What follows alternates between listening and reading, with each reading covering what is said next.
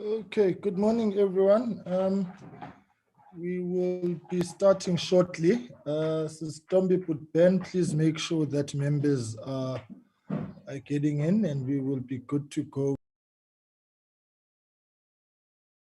Of course, pending the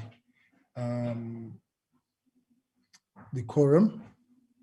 So can we just be good to go at past? And please make sure whoever's supposed to be sharing anything that they are given those rights now, so that we don't have glitches when the meeting starts. So good morning, and we'll be good to go at 9:30. Okay, thanks, noted.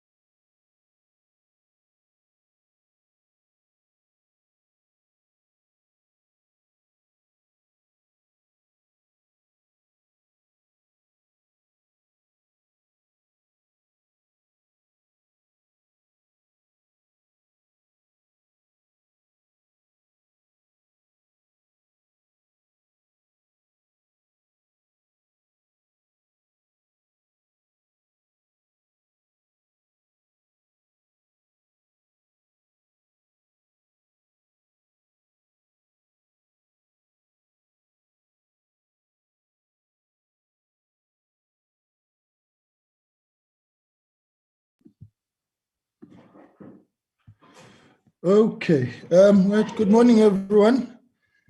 Happy Wednesday, blessed Wednesday. Good that we are all here. Let me take this opportunity to welcome you, colleagues, to our meeting this morning.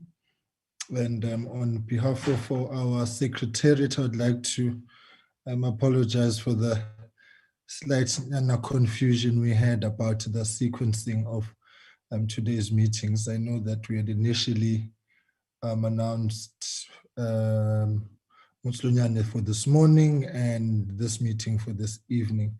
It is an administrative glitch and we apologize for that. But thank you very much for being here this morning for the update that we'll be receiving from the Ministry and Department on Higher Education, in Training, Science and Innovation. That's a lot to, yeah. All right, so colleagues, good morning and welcome.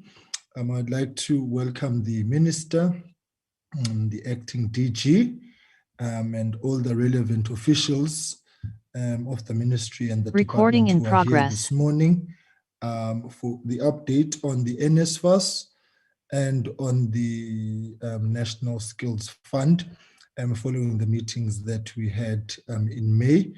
And so we'd like to get an update on where things are on that. So Stomiput Ben, as per usual, please enter the apologies into the record.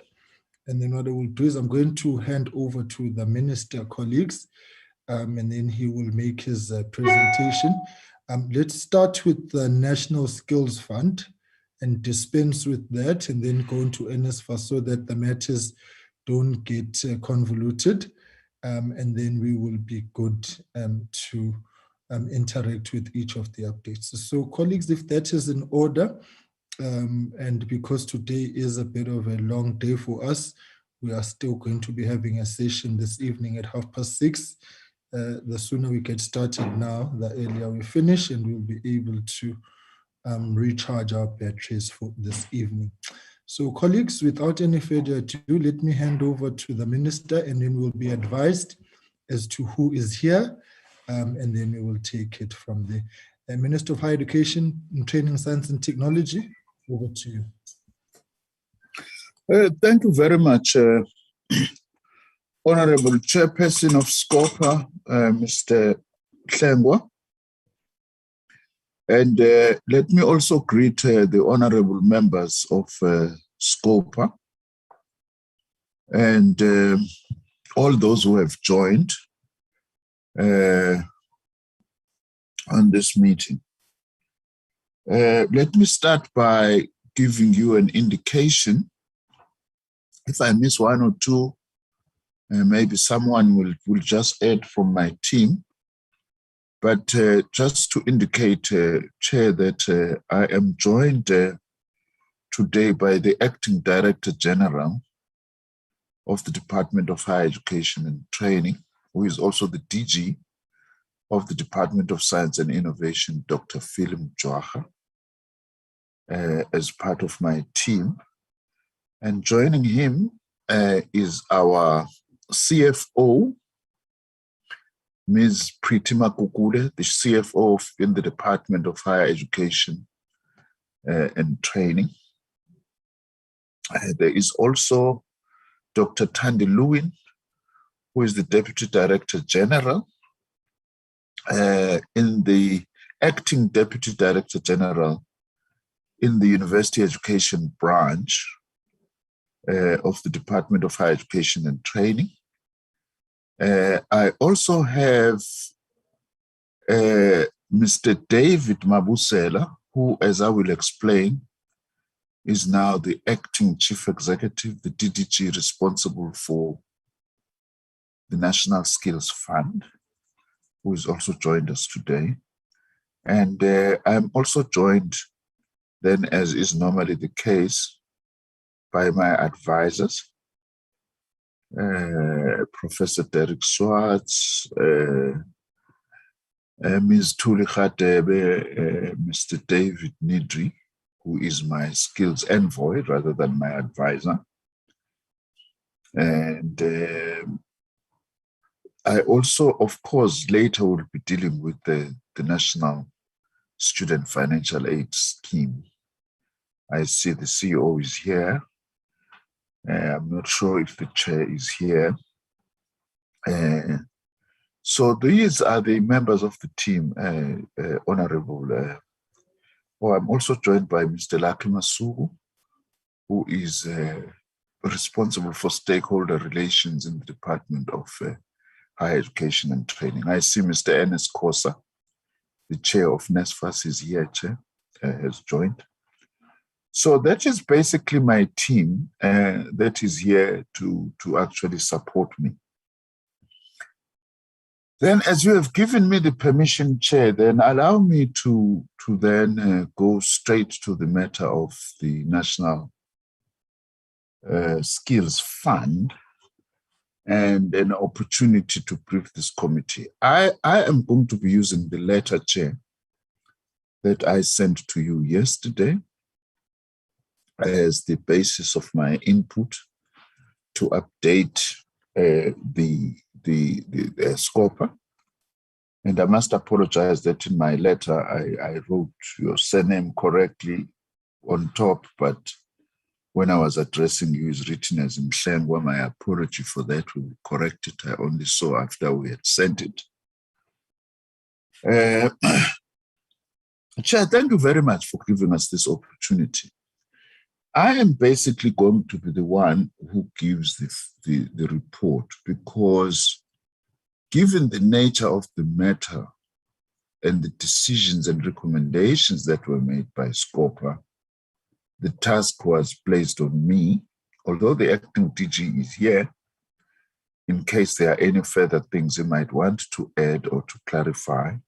And of course, if the committee, wants to ask anything, as well as Mr. Mabusela and other members of the Department of Higher Education and Training are here, in case there are any extra things, that may be needed. My letter to you, Chairperson, which was dated 25th of June, 2021, and your subsequent invite for me to provide an update to SCOPA is my point of departure. The update on the National Student Financial Aid Scheme, as I have said, has been submitted, and that presentation, when it comes, I will just do maybe a short introduction and hand over to the leadership of NSFAS. Subsequent to my previous letter, Chair, as stated here in the process, after the decision, let me start there, by SCOPA, to recommend that I undertake a forensic investigation into the National Skills Fund in the wake of the very adverse findings by the Auditor General. I have actually taken some actions which I'm actually briefing you about. I must say that the process of appointing the service provider to undertake the forensic investigation into the NSF has been completed. I will point out for now, Chair, where the SIU would come in initially. The terms of reference are outlined there in my letter.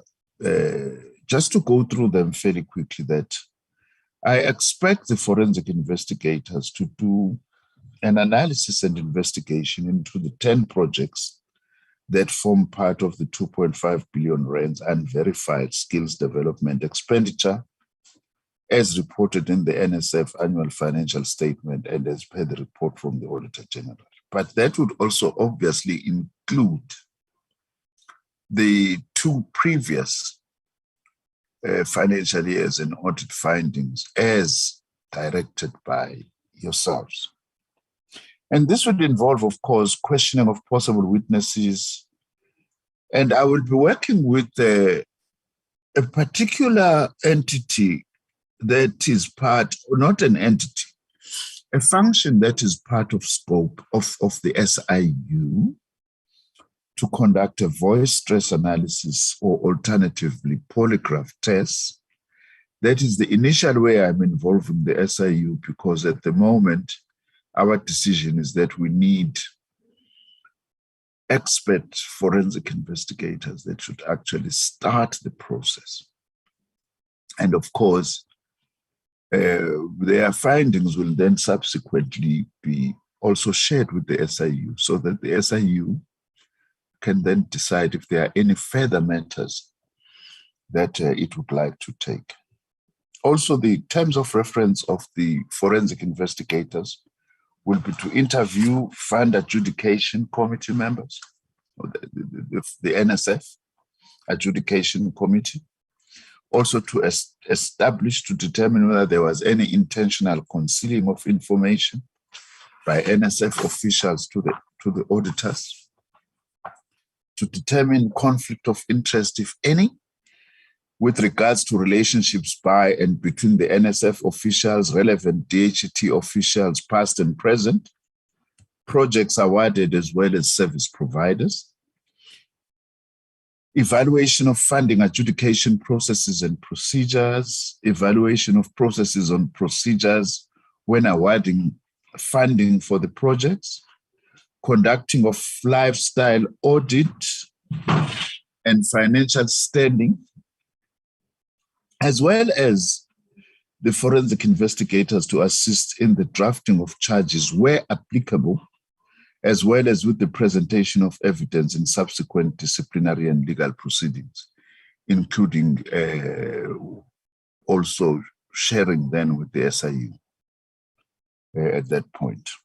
As can be seen from what I've just said, Chair, we are confident that as directed by ourselves, this exercise will assist to uncover the true state of affairs within the National Skills Fund, understand where lapses and or deliberate irregularities occurred, and be able to hold people accountable. The service provider has been given 3 months to complete the work and submit a report. And that 3 months begins at about now. We have had a meeting last week with the service providers, because it took some while to actually undertake a process, because also it must be a transparent process that is done according to the supply chain procedures in the PFMA. As mentioned, also, unfortunately, Chair, I'm still unable to submit a detailed roadmap for now, as requested by yourselves, as the service provider is still reviewing documentation. But they've started already now to provide a roadmap, which I can come back with at some stage if you so wish, which then will enable us to accurately know then what will be done at what stage.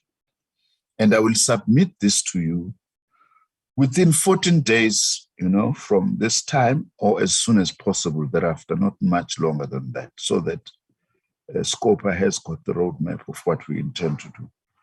As mentioned also in my previous letter, after you had written to me asking for progress, I had sought guidance from the President of the Republic as the employer of the Director General, who also serves as the accounting authority for the NSF on this matter. I can now report that, having satisfied himself, the President, on the merits of the course of action I was taking, because I did report to the President to the effect that the DG in these circumstances is both the DG, is an accounting authority by virtue of being DG. And that has got implications then if we are to undertake a full-blown forensic investigation.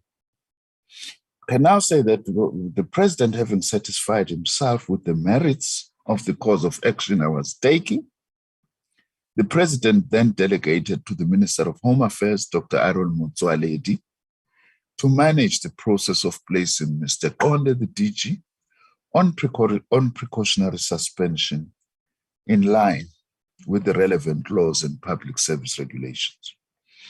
Mr. Konde was subsequently placed on precautionary suspension on the 23rd of July 2021 And using the same legal and other considerations, the Acting Director General also placed the Chief Executive of the National Skills Fund on precautionary suspension on 3rd August 2021.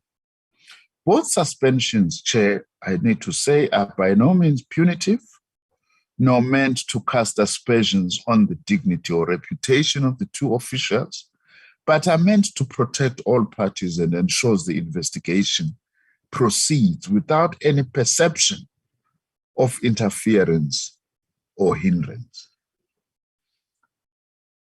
As I have also reported in previous engagements, I have now appointed the Ministerial Task Team to conduct a holistic review of the National Skills Fund. I had indicated this last time when I was appearing before SCOPA Chair that I was in the process of establishing a Ministerial Task Team, whose purpose is to advise on the best and most relevant positioning of the organization to respond to current challenges and government priorities.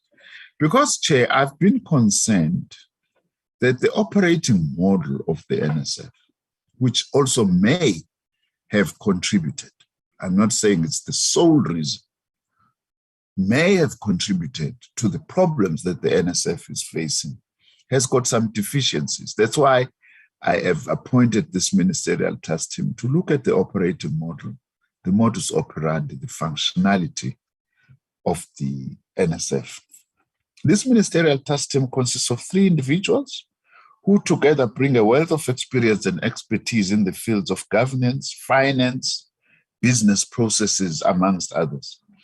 The purpose of the MTT is to conduct a strategic review of the National Skills Fund, its general operations, its efficiency and efficacy, and relevance with regards to the national skills priority of the country.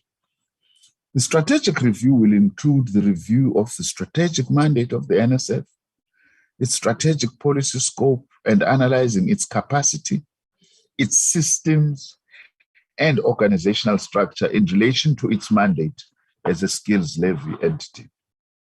Among others, let me quickly share with you, Chair and honorable members of SCOPA, the terms of reference that I have given to the Ministerial Task Team to review this functionality of the National Skills Fund. It's to look into the current strategic vision and plans of the NSF and their relevance to the current challenges and policy objectives of the post-school education and training and innovation system, with specific reference to the strategic role of the National Skills Fund as part of overall national government policy and legislative context. The mandate of the National Skills Fund is a skills-led entity within the post-school education and training and innovation system.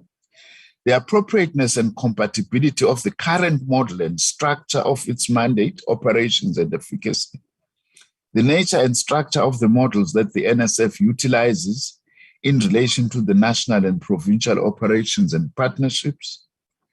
The efficacy of the current business model and systems with policy and legislation, especially in relation to funding approaches, strategic planning and research, financial management, legal and risk, and so on, as I have outlined in the letter.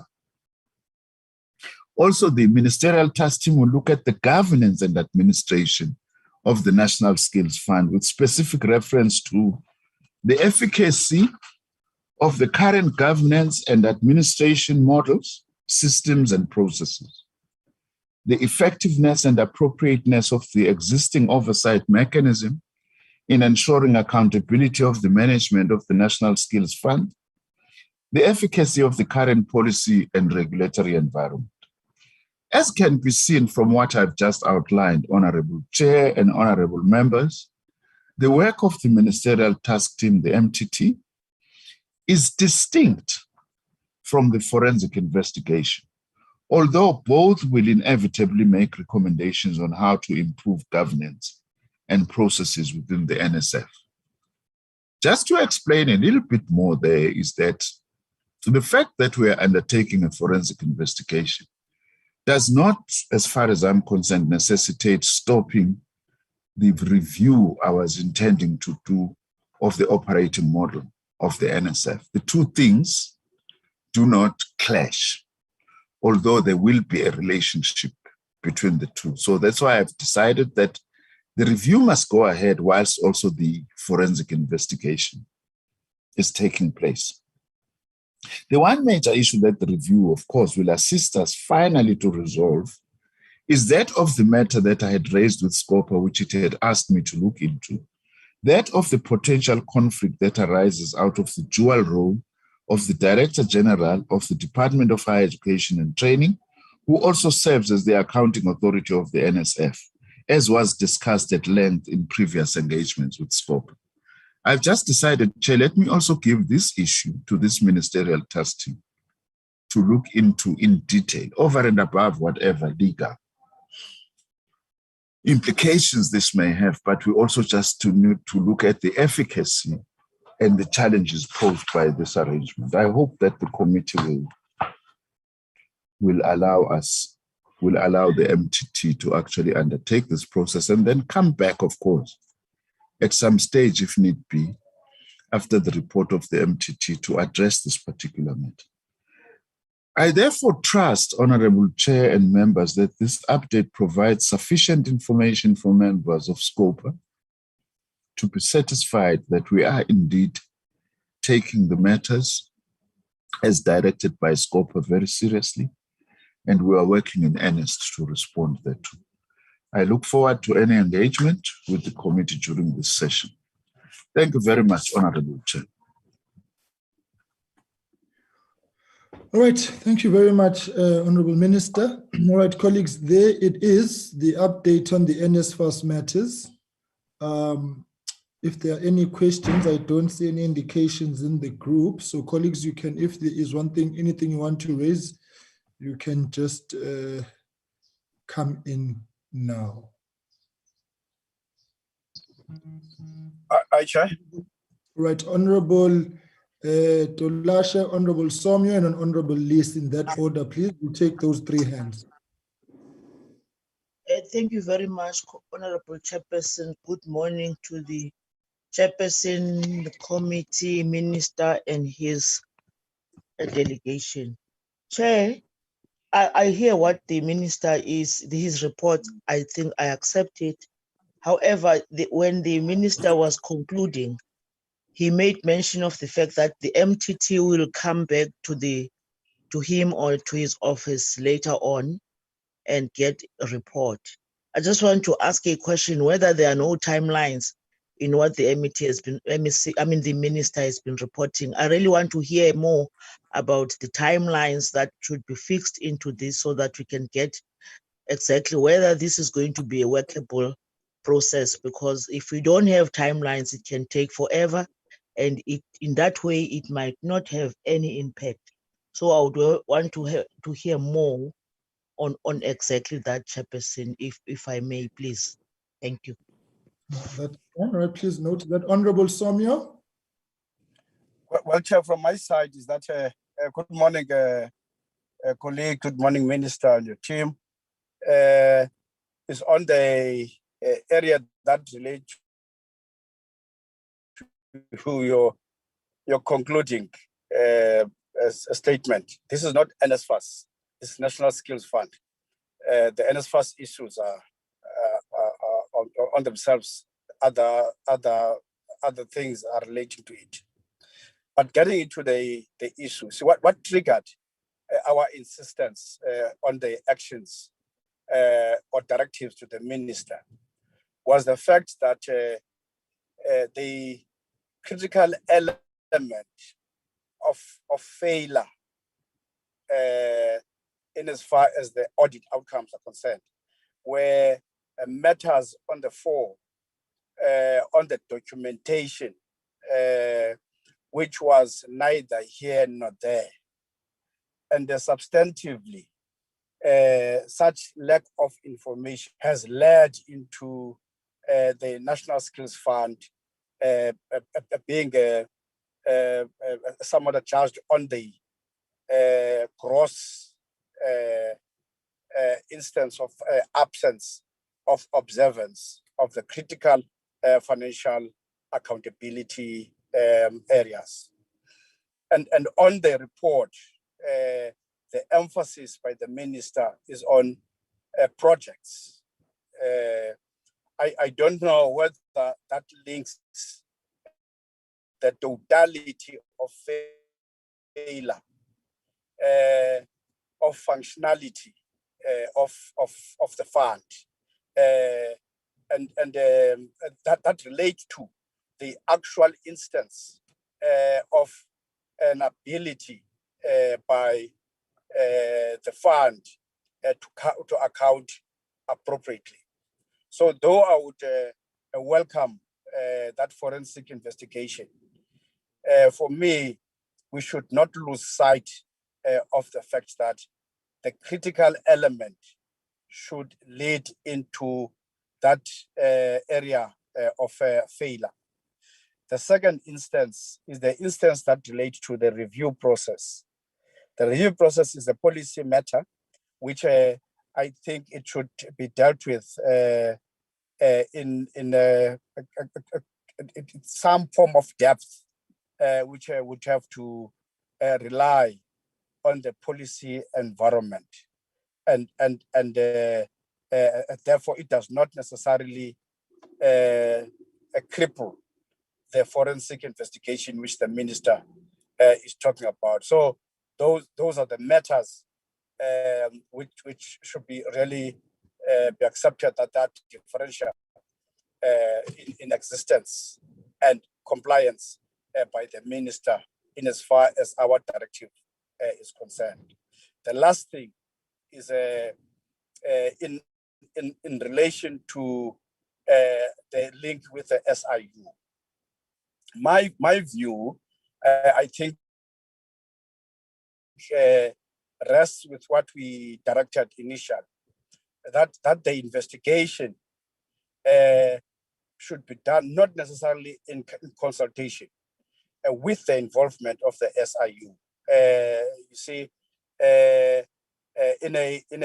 I'm saying so because as we look into the depth of the issues involved, you would need an institution which has direct capabilities on way on a readily available angles, whether you're talking on matters of referrals, which are somewhat pertinent on matters which ought to lead to some findings in as far as such investigations are concerned. So it would work better if indeed from the initial phases of such kind of forensic or any other investigation, that the SIU be central into such, and it will be very much useful for the department to benefit even further on institutions' capability, more than it would somewhat weigh in on the company engaged away from the SIU in terms of these kinds of investigations. That's my area in as far as the investigations are concerned. Thank you very much. Yeah, Ndiyabulela Tata. Babulis, and then we'll go and get responses and take the next round of questions.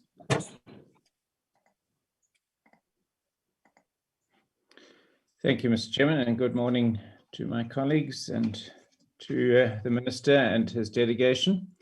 Mr. Chairman, it's quite a coincidence that I have open before me the cover of a book titled "The Man Behind the Beard," and I happened to look at some commentary on the sleeve of the book, and there pops up the name Blade Nzimande. Minister, thank you for your very kind words on the man behind the beard. yeah, he was vice principal whilst I was a student. But be that as it may, Honourable Talesha has to some extent touched on what I wanted to raise with you, Minister, was the question of timing. I think that the dates that are suggested by Honourable Talesha are probably sufficient. But my question would be, don't you think this process is just taking too long? The months are rolling by, and while some progress is being made, I'm not denying that at all, I do think that perhaps we should be moving faster. And I was wondering whether you could comment on that and why it's not possible perhaps to move faster. Thank you, Mr. Chairman. All right, let's get responses from that, and then we'll take a second round of questions.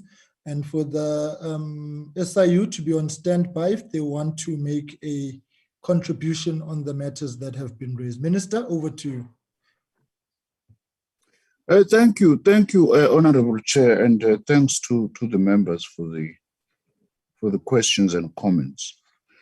Sorry that I did not include the timeline. I've given the ministerial task team that reviews the functionality of the NSF 6 months, up to 6 months. The reason why I've given them up to 6 months, which is of course longer than what I'm asking the forensic investigators the time to take, it's because as Honourable Somyo correctly points out, this is a policy review. And I really want to do a very detailed job. This is a multi-billion rand over years,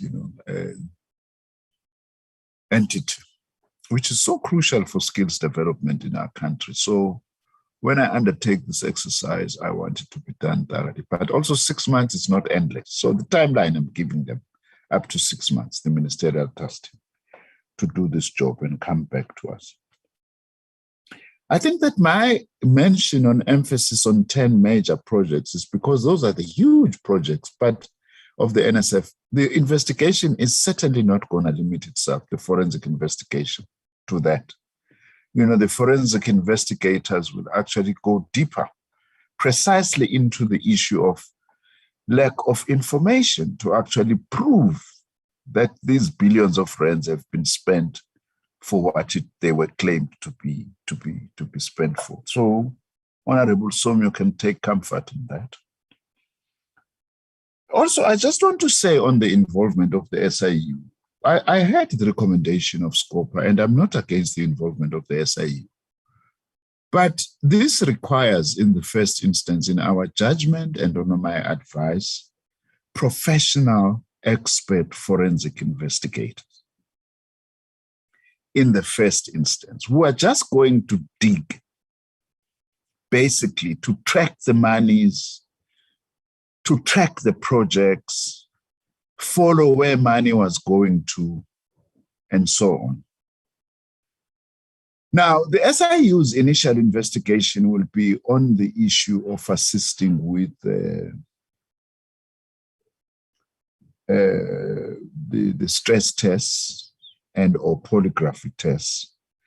And my own view is that depending then on what come out of the forensic investigation, well, not depending, we will then share with the SIU all that information, because the SIU then can even decide to take further steps, like, for instance, the whole issue of further investigations or taking criminal action or whatever other action in terms of the powers of the SIU. But this requires very thorough, the advice I've got, which I agree with, professional forensic investigation, which is not where the initial skills of the SIU are.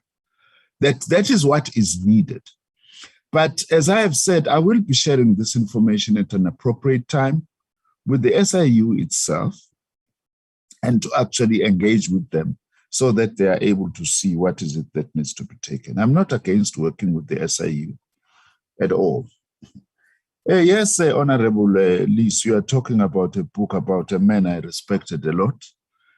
That was Professor Schreiner, who was my vice principal at the University of Natal in the 1980s, a very great and wonderful man, indeed, which you were just mentioning in passing, you know, the man behind the beard. Well, it's always of concern, I must say, Honorable Lees, that sometimes things do not move as fast as we can. But as a democratic government, we can't have our cake and eat it. If we have got the PFMA and we have got processes that have got to be followed in terms of supply chain, I may want to ask at an appropriate time the CFO to come in, because she's the one who was actually closer to this process, can actually explain what has taken us to actually finally appoint forensic investigators. Unfortunately, then things would not move as fast as I can. But on my side, I am satisfied that from the time SCOPA gave its instructions, I have done as much as I can. Remember also, bear this in mind, that the first thing was to seek President's counsel. Well, after SCOPA, by the way, let me just outline this. After SCOPA took that decision, I then firstly had to seek legal advice to say, okay, SCOPA has given me this directive. What does this mean to translate this directive into practice? So I had to get legal advice, you know, to say then, okay, this is the meaning of what SCOPA, and these are the implications. And from that legal advice, that's where I got the fact that the DG is also the accounting authority, it's not ideal to carry out this investigation whilst he's still in his position. Then that required that then the next step was for me to then engage the president. And then the president managed then to take the action through Minister Mtswaredi that was actually taken, and only then we could then be properly finalizing. We had already partly started the process of selecting the service providers, you know, as forensic investigators. And I think we've moved relatively fast, given the time in May and now. Of course, everybody, Honorable Lees, we wish that we could have done this in a matter of a month, you know, and so on. But then we have to follow due process so that also we don't implement something that is important like the SCOPA directive and only to be found wanting process-wise. And we know, myself, I've lost cases, by the way, just in terms of due administrative processes and procedures. So I don't want to find myself compromising such an important exercise by not following due process. I think that, yes, I've covered all that has been asked. Thank you, Chair. Okay, thank you very much, Minister Wright. We're going to come back to the SIU. Maybe let's get the SIU now, and then I'll take the hands. And then, Honorable Ment, I know you've got network difficulties today. I've got your questions that you've sent to me. I'll ask them on your behalf shortly. SIU?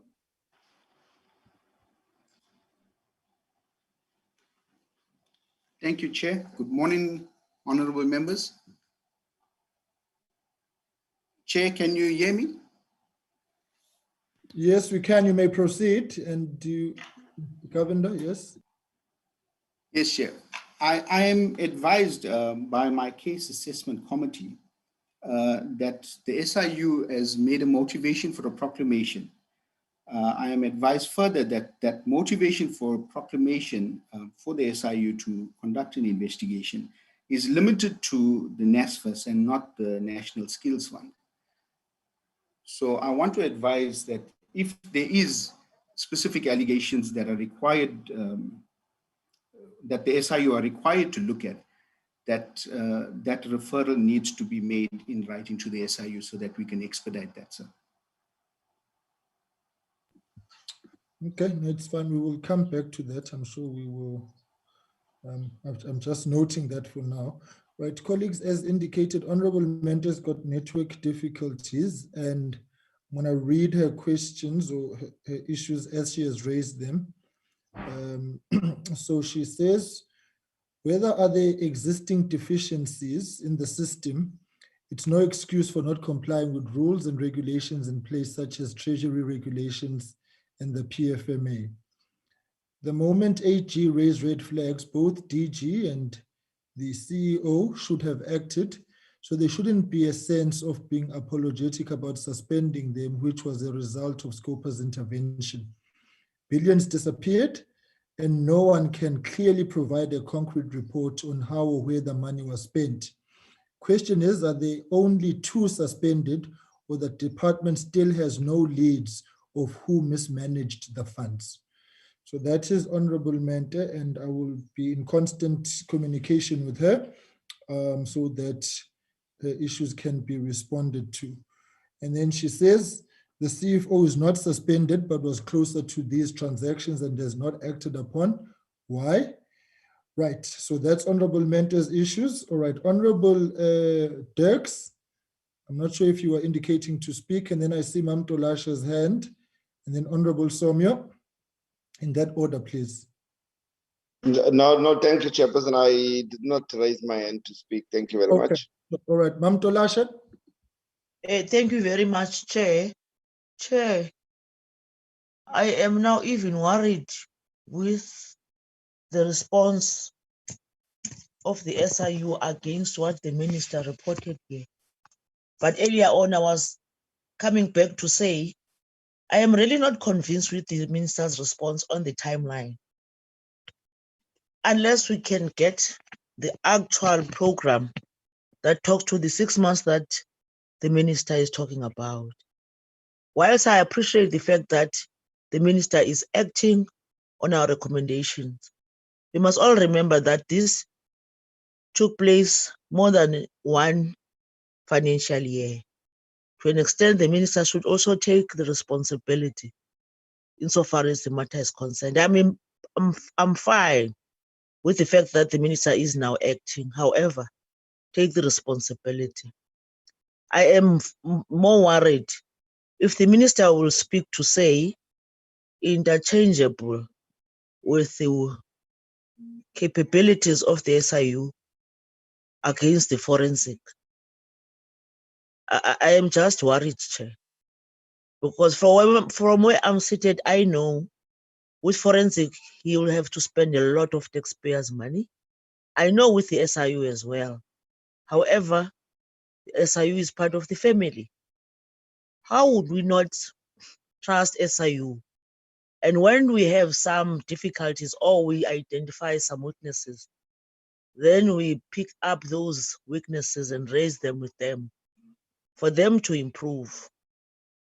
There's a lot of good work that is taking place in the SIU, and the whole country is happy with the speed that they are able to produce the reports. Chair, we are sitting with the forensic reports above others in different departments, that no one does anything about them. Is it not the case with the minister, wherein we listen to these nice words of forensic investigation and never able to see the actual result of that? And really, Chair, how are we going to trust our own in making sure we're able to deal with the corruption as we are always saying and really preaching? The SIU must come back to tell us whether they have an instruction from the department that talks to the matter before us. And if it's none, what is the minister saying, or what is his take on the explanation he made, creating an impression that the SIU is on the same page with them on this matter? Thank you very much, Chairperson. Thanks, Mam Tolashe. Babu Somyo. Thank you very much, Chair. I hear the minister that thanks for his response. But my view is as well, based on the fact that now both the minister and the suspended GG are in the courts of law. And there is an investigation. There are allegations. There's this and that and so forth. So the reliance on our own measure to make valuable charge and response to the audit reports, which one are not necessarily a reference on a single year. You know, that requires the skill, which I wouldn't want to believe what the minister is saying. The SIU has worked very hard to ensure that the state fights corruption at whatever propensity, and therefore the skill that it possesses. I don't know if it can be meshed, but they have proved that with value proposition of such work, things happen, and they assist the state to unravel, you see, through the depth of these kinds of problems that we're facing currently. So the primary involvement of the SIU is very critical. I think Honorable Sisisi is as well correct that a number of forensic reports, anywhere you would find them, they collect dust, and the involvement of the SIU guarantees that whatever findings that are being somewhat amassed by such work, they would enjoy a specific referral towards required angles for action to be taken on such instances. So to balance up that fact, you know, the primacy of the involvement of the SIU in this instance is very critical. So we should not escape that a kind of insistence that the SIU must indeed be involved in as far as this investigation is concerned. Thank you very much, Chair. Okay. Yeah, I think we're going to have to concretize anew on this matter, SIU, because my recollection was for SIU involvement. Right, let me get the head of the unit, Advocate Mtibi, to come in on this matter. I think we got a response from Mr. Govender insofar as a motivation for NSFAS was concerned. Let's get better clarity on the NSF matter, and then we'll take it from there. Advocate Mtibi, over to you.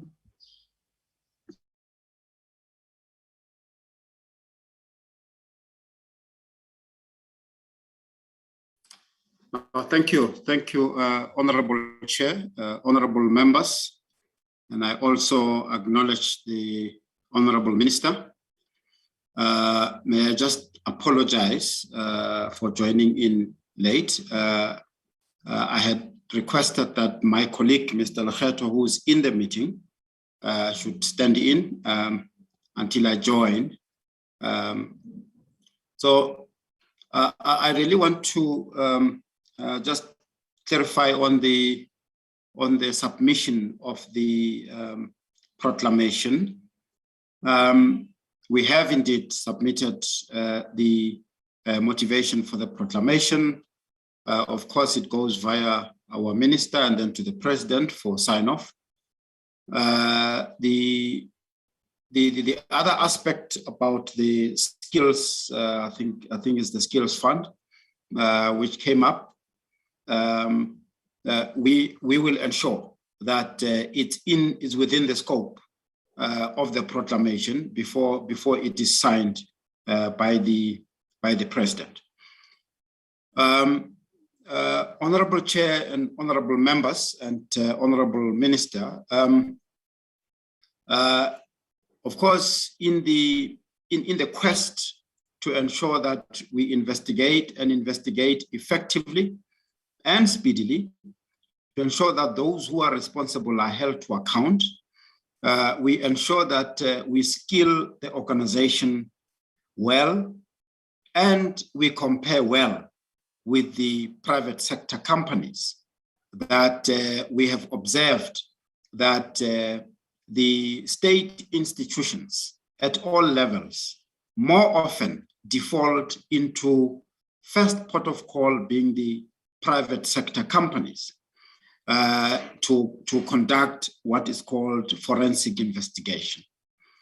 And our observation is that, and of course, I will not go long into really what forensic investigation is and so on, but generally, 99.9% of the investigations that are done and are referred to as forensic investigation, it's really pure process investigations, whether there has been compliance with procurement processes.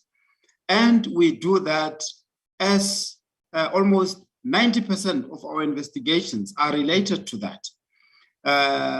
For them to be called forensic is such that the evidence that we pick up should stand the test in the court of law.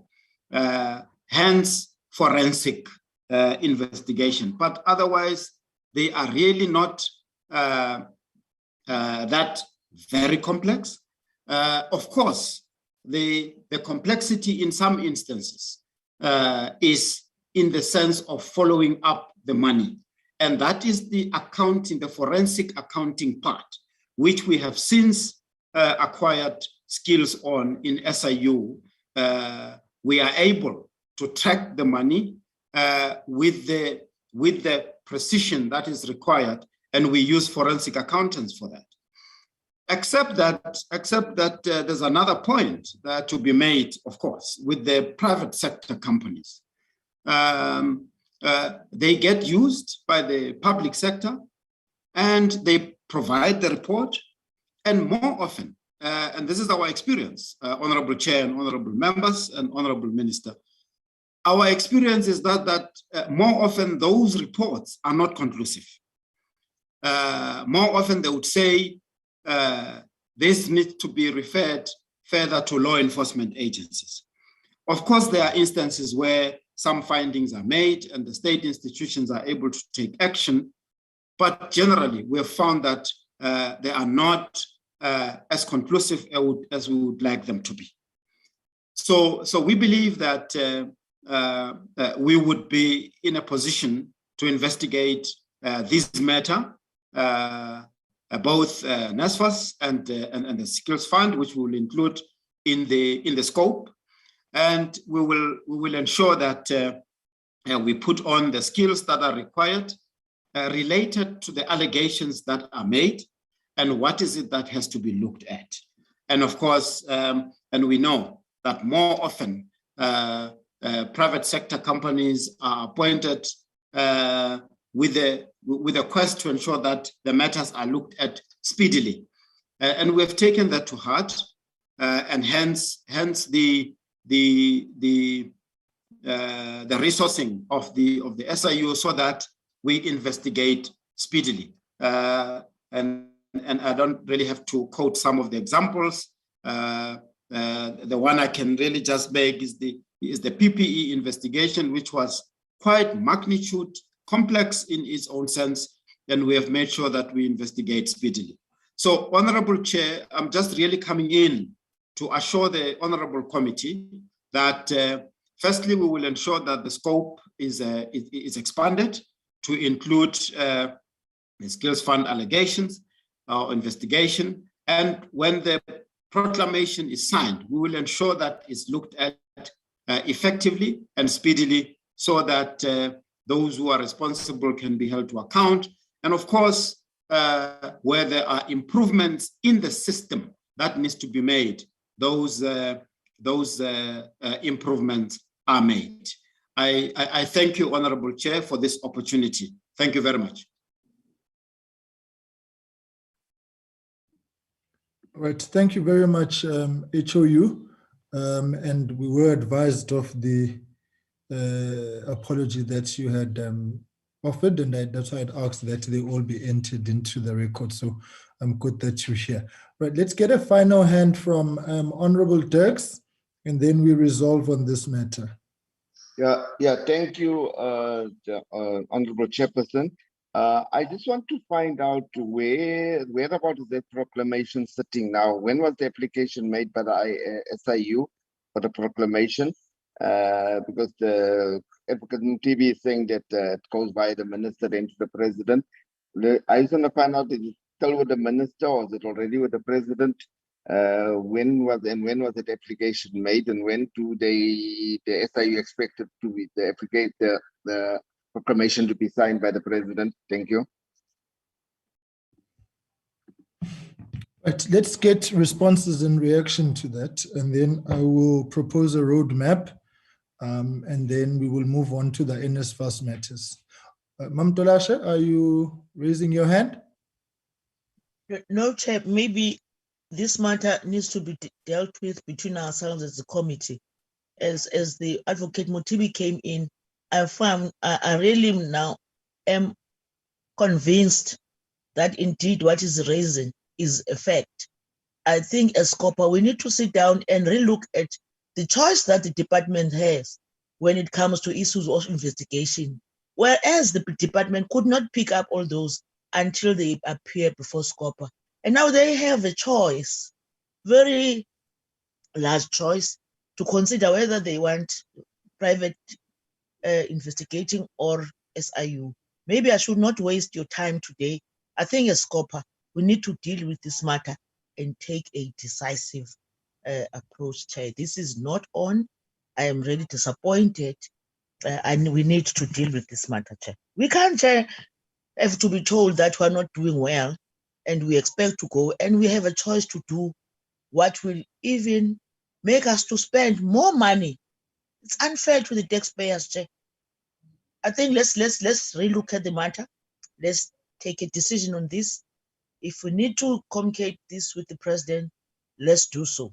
I think the time has come, Chair, for us, because we can't have this kind of twins comparing the institutions that we have with the private people, and very few times or experiences when we get the necessary outcome from the private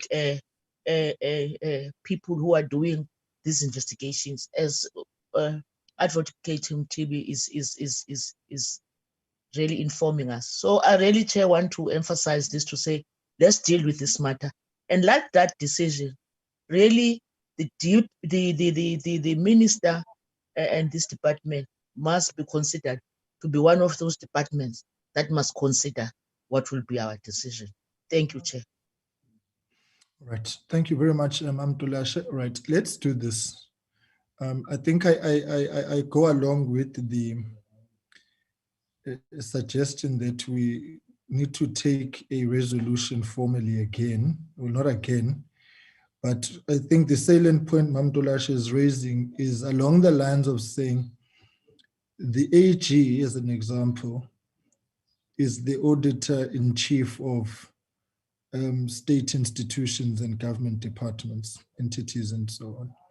And then where they are unable to investigate, to audit, they will then delegate that function to another auditing institution, but at their behest.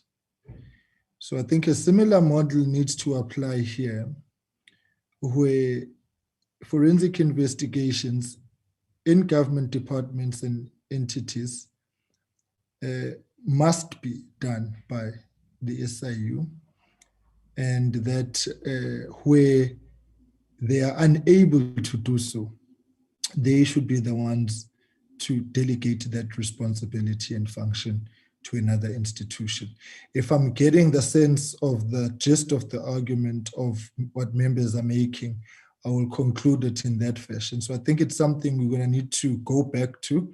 I would suggest that we pin down on it in the next few days.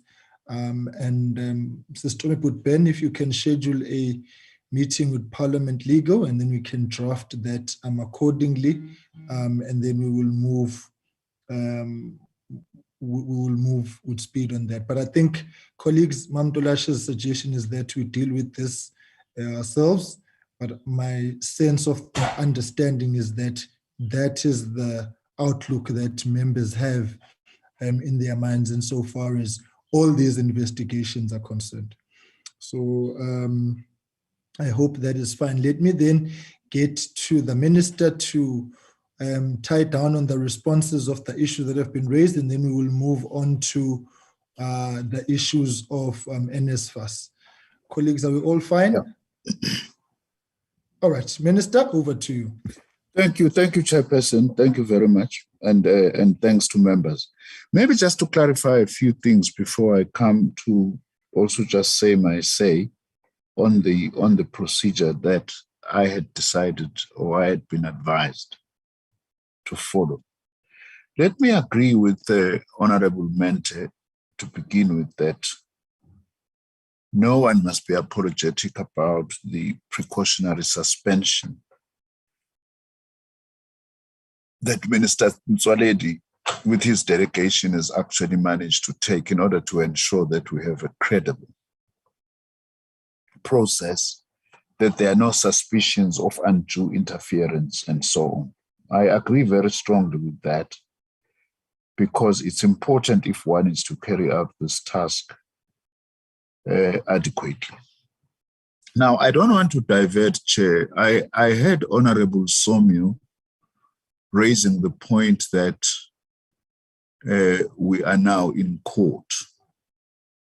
I just want to say this, that as the department, as the minister, I did not go to court on any matter arising out of what SCOPA had asked us to do. It's the DG who went to court. I just want to put that on record, basically to challenge his precautionary suspension. So I don't want to go into that, but I just thought since it has been raised, I need to clarify. I did not go to court. I am still committed to do what SCOPA had said we must actually do. I think, Chairperson, also, I just need to make this point very clear. I don't want to members to suggest, I would really beg this, that the route I've taken does not mean that I don't want to work with the SIU. From the advice, professional and legal advice that I got was that the quickest way to achieve what SCOPA wants is to go for professional forensic investigators, which inevitably are in the private sector. And also, I don't want to be presented as if I'm a high priest of the private sector, as my colleagues would know. But that, for me, I was doing it in the best interest of implementing what SCOPA was saying, that your best bet, that would be very quick. 3 months, you would know exactly, is to go this route of going for professional forensic investigators. I must say that I did have a discussion with this unit in the SIU that deals with what are called preliminaries, like polygraph or stress assessment methodologies and so on. So that in itself was a sign that I am not against working with the SIU. The issue was the sequencing. Do you start with the SIU? As Advocate Motiba himself is saying, this has been capacity that has historically been located outside of the SIU. Now, I'm pleased to hear him saying that the SIU now does have that capacity, because that was the advice I got. But I was very clear that all the information I was going to be collecting from these professional investigators, I was going to hand it over to the SIU as per the SCOPA's directive. SCOPA never said, as it is saying today, don't go anywhere else, go to SIU. SCOPA said, undertake a forensic investigation. And then I sought advice, and that got given this advice. And that should not by any means be interpreted as if I am against the SIU. I am for building state capacity on many fronts to be able to do things on our own. I also want to say to Honorable Dolasha, I appreciate this decision of the SCOPA, but for your information, I was already dealing with this matter of the audits of the NSF even before SCOPA called me. Partly that is why I was in the process of a review first, and possibly myself, I was actually seriously considering very serious action to take in the wake of the Auditor General's findings. It wasn't the fact that I was asleep and then only SCOPA told me to wake up, not at all.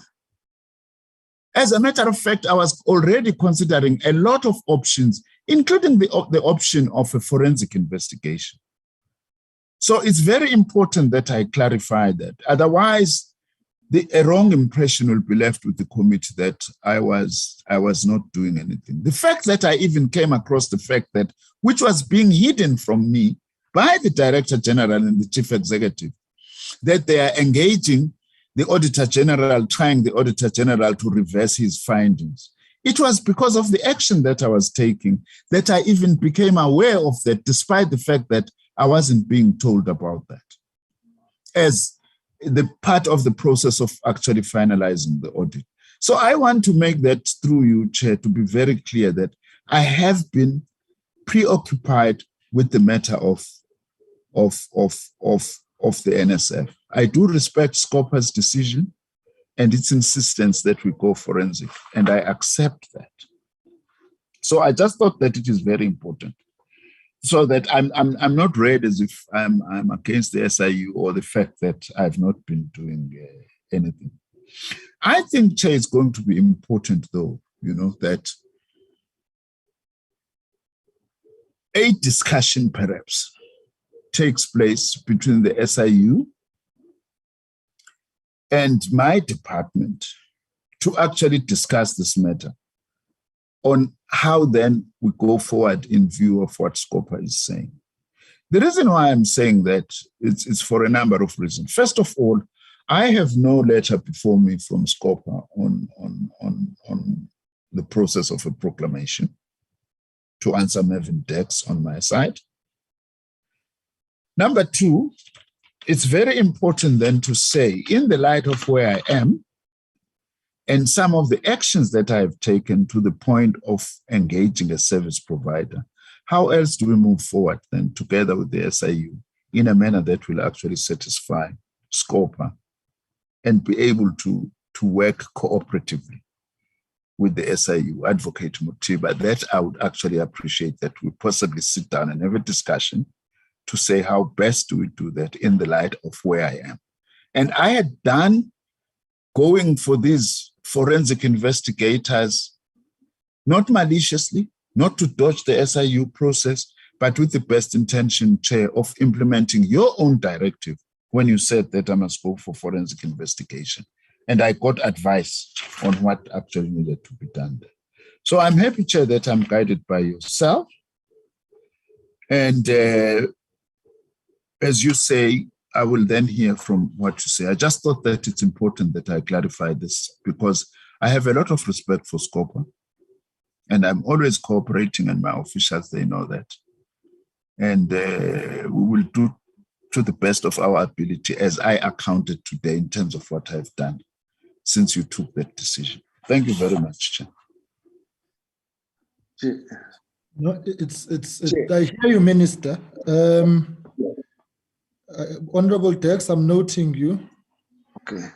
Let's do this. I think, Minister, our point of consternation now, hope that's the proper English word. Yes.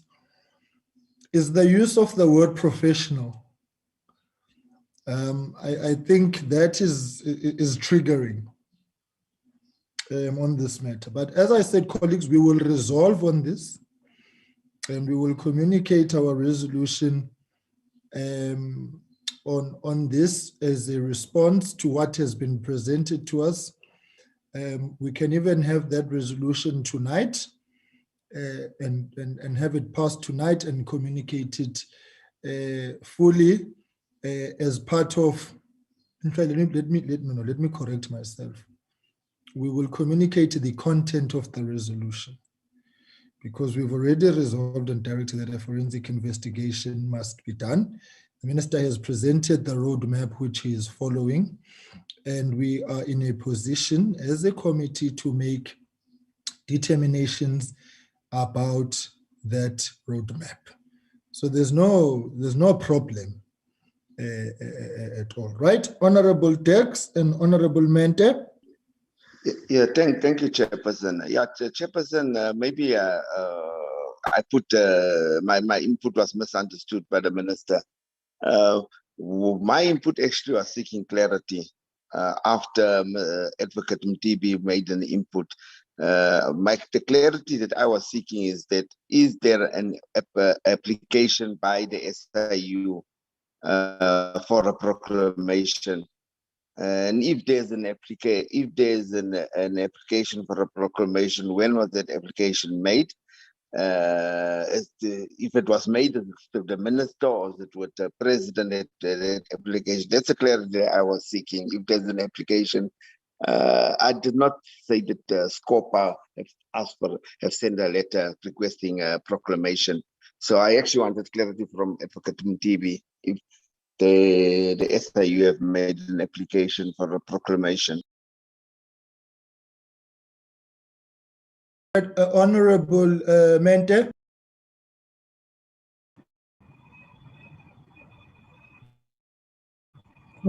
Yes.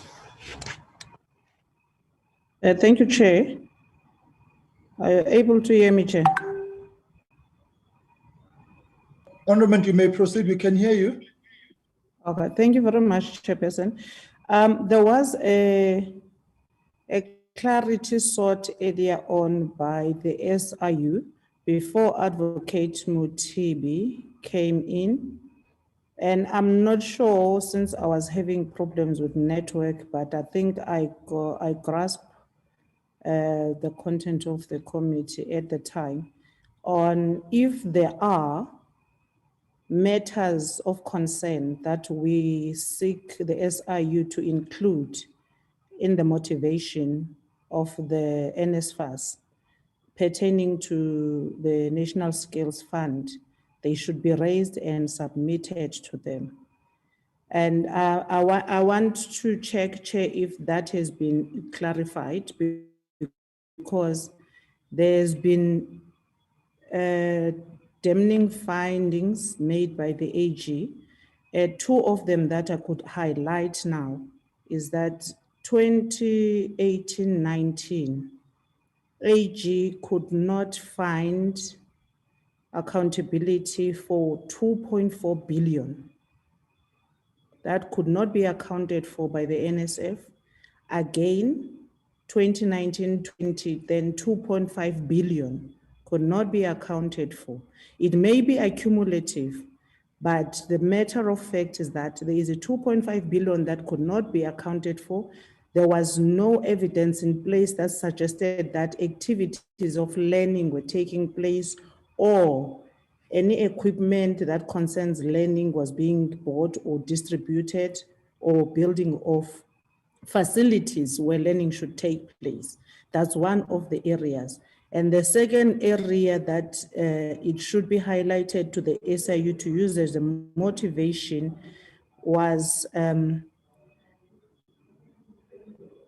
the available evidence and process that was used to verify some of these things where evidence which was provided to the AG was not enough to prove that another allocation, which is not part of the 2.5 billion, was accounted for properly.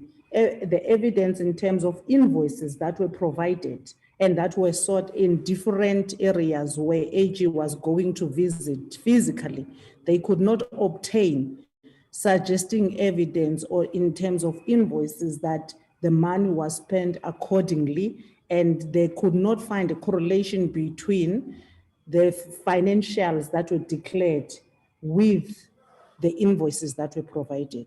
Thank you, Chair.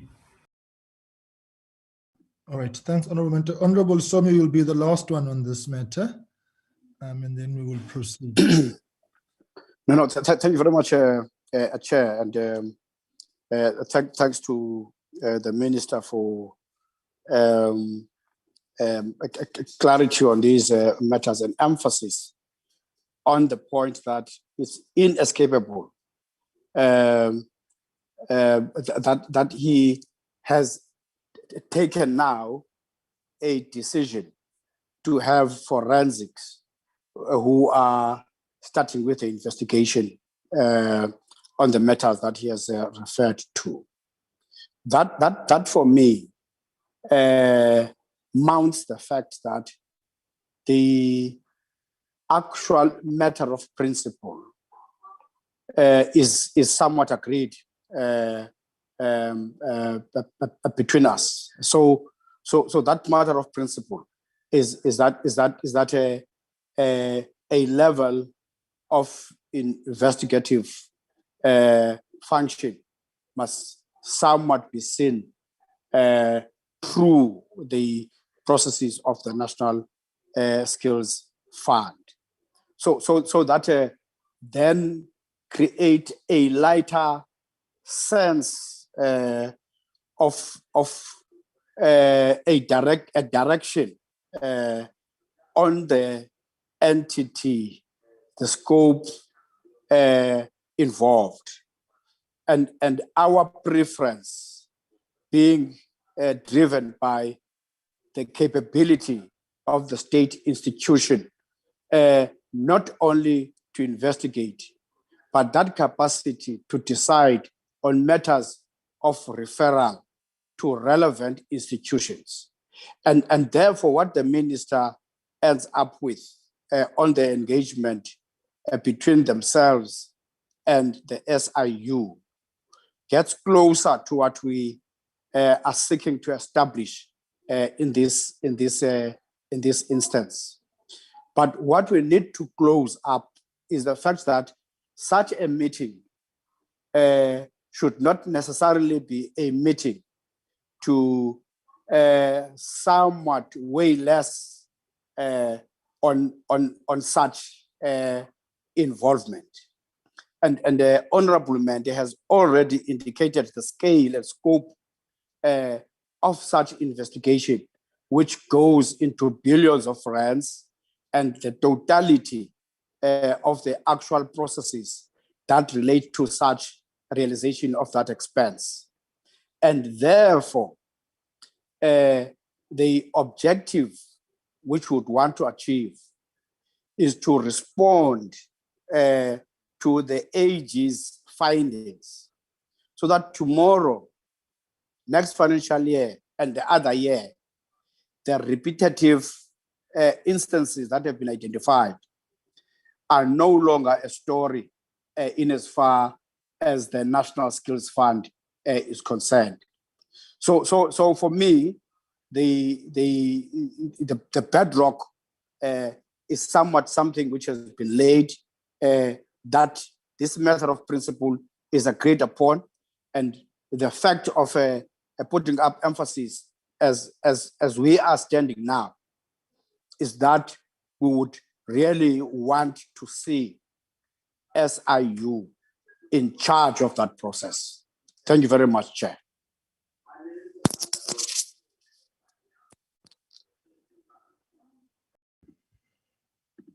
All right, okay, thank you very much, Babuson.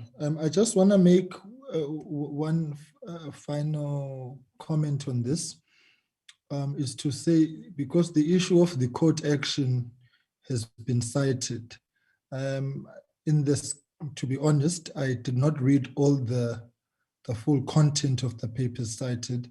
Safe to say that it's inclusive but not limited to the fact that there is an assertion in the arguments there that the forensic investigations are not necessary.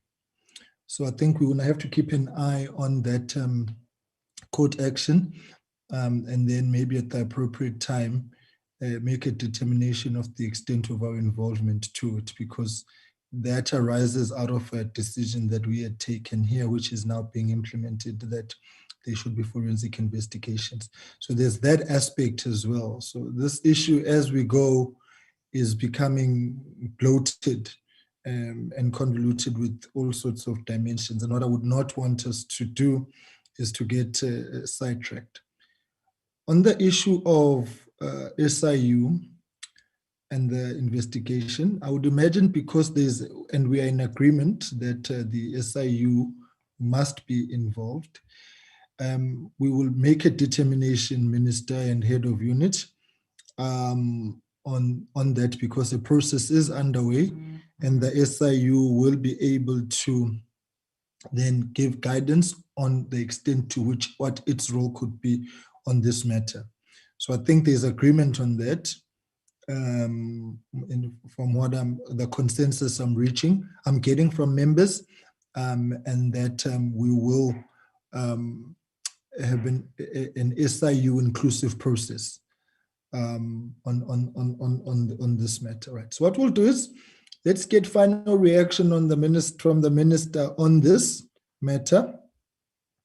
And then once it's done, Minister, you will then brief us on NSFAS. Yeah. And then we bring our meeting to where. Okay.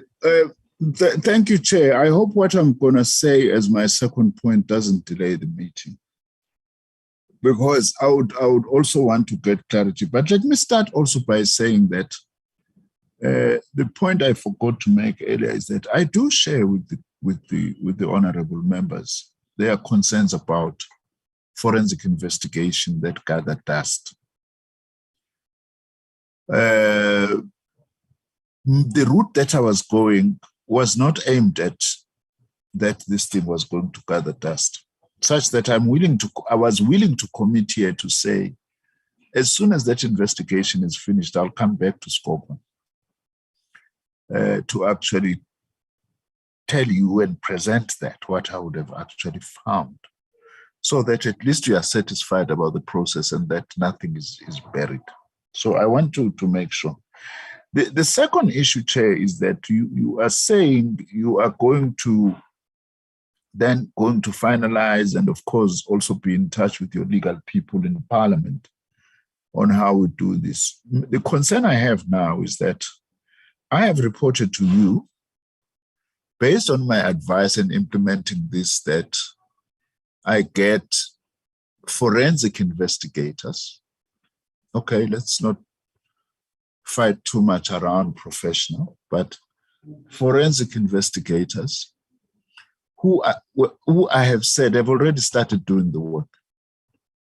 Now, I think that then you will have to help me as well, because I don't want then to find myself in a situation that I've got to then do something illegal and turn against people that have already started doing work. I am glad if you are saying that then. Yes, the involvement of the SIU, which we are all agreed about, but it also has to take into account these steps that I have already taken, frankly and honestly, as part of speeding up this process, such that I don't then get Scopa doesn't lead to a situation that creates another problem for me. That's what I would plead that you take into account, Chair. Thank you very much. No, Minister, I think that is a fair assessment. I think we're in agreement with that, that there is a process underway, and we are building now on the outlook that you had maintained, that you would interact and engage with the SIU, and I think that suffices. So I think let us await that report. We will meet as a committee, and if there are If there's any communication that needs to come your way, you will receive it. It's not a problem. As our officers have been interacting, they will continue to interact. So I think we can, as another route, await the outcomes of the interactions you will have with the SIU, and then take it from there. So I think the options are accommodative of all perspectives, and we will weigh the pros and cons accordingly. But at this point in time, a process is underway, and let us let that process run its course. So, Minister? Sorry, Chair, I'm also forgetting the last and very important thing, which of course is not the subject of discussion here, but since it has been raised and also you are raising it in the court papers, because I am a respondent, and those are matters that are before the court. But it is important for this portfolio, for this scoper, to note that one of the difficulties that we may be faced with there is that in terms of the affidavit of the DG, it states categorically that he sees no need for a forensic investigation as has been called for by scoper. So I think that scoper needs to watch that closely and monitor it closely, because that matter now has also, even your decision, been placed before the court on Tuesday next week, with the DG specifically saying he does not think that there's a necessity for this kind of forensic investigation that we are calling for. I just thought it's important that I sensitize scoper to that. And that as a first respondent, myself, I will actually have to say something in relation to that as to why I am doing what scoper had asked me to do. Thank you very much, Chair. Okay. Thank you, Minister. We will come back to these NSF matters and this SIU-related matter, and then we will communicate accordingly. So can we get the update on NSFAS?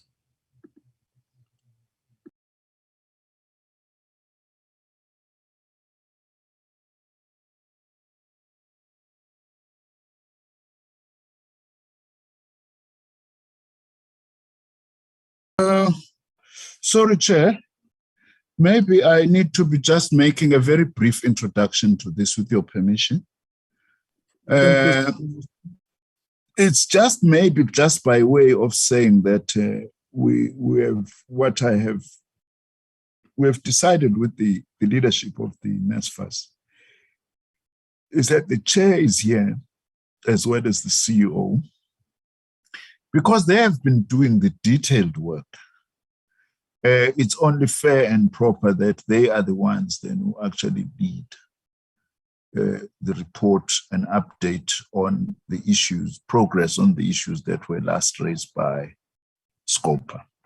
So with your permission, Chair, I will then hand over to the Chair, Mr. Kosa, to then introduce and lead the discussion, the presentation before this committee. Thank you very much, Chair.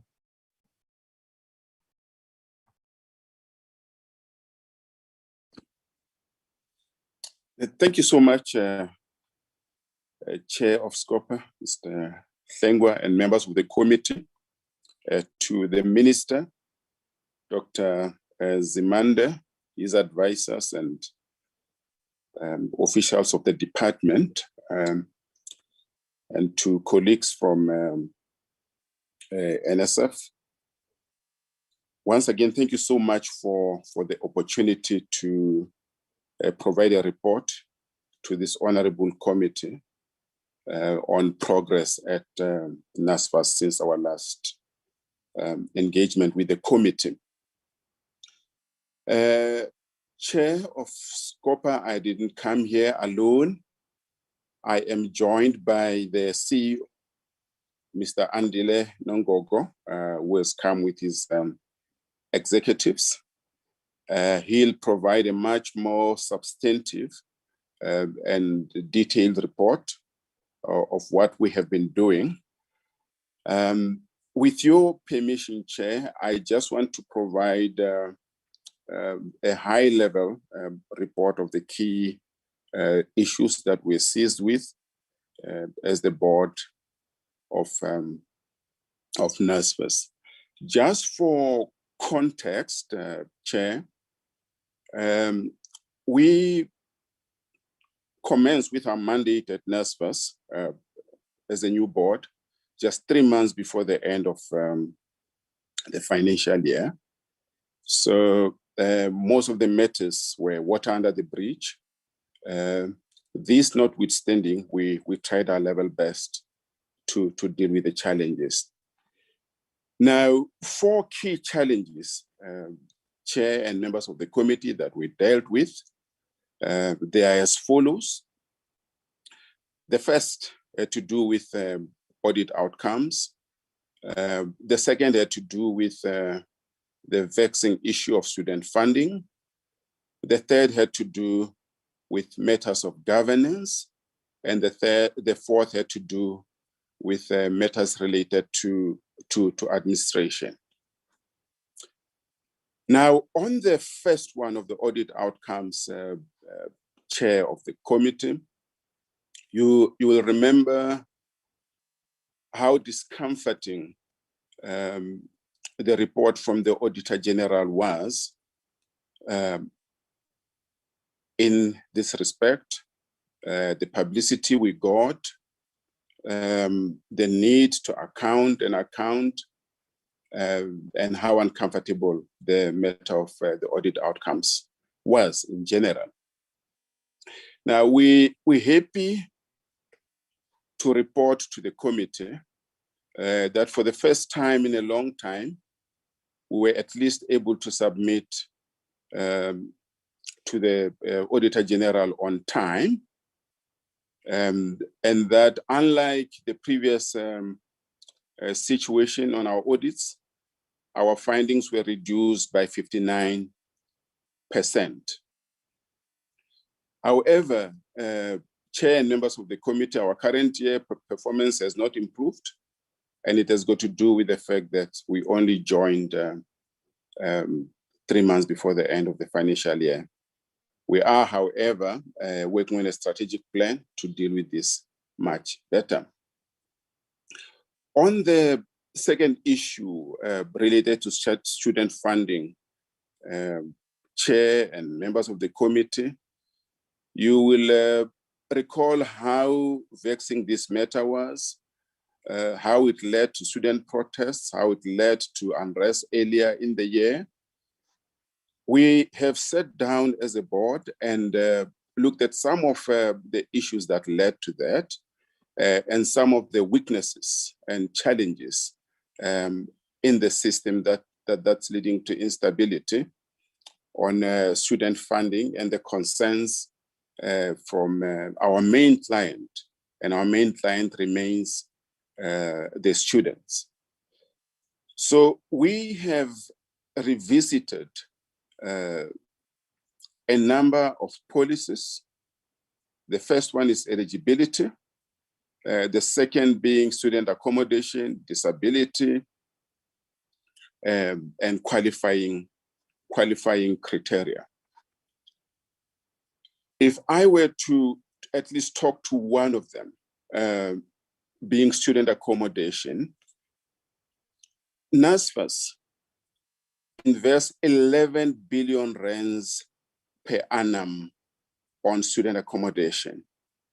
But until now, NSFAS has not been hands-on on exactly what happens to this investment on student accommodation.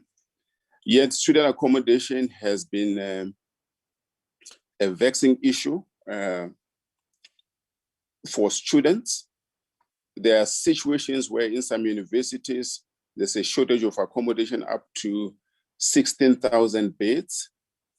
There are situations where the conditions under which students are accommodated are not in tandem with the expectations we have on them to perform at the end of the academic year. So we have reviewed that, and we are in a conversation with the shareholder on how to do that better. Now, you will know, and the CEO is going to report on this later, that the shareholder has commissioned the ministerial task team to deal with the sustainability of the scheme. The CEO of NSFAS is part of the ministerial task team in that regard, and will continue liaising and engaging with the shareholder on how to do that better. Now, on governance, we are happy to report that at least more than 7 months down the line since we took office, board subcommittees have all been established and they are functioning. And both the ARC and its relevant risk function is operational. On administrative matters, and I expect the CEO to report further on this, one of the biggest challenges that we had is our IT system and its capacity to respond to the needs of the students. The second challenge that we have there has got to do with the administrative budget, which is not in tandem with the need to service such a huge student base that we have now.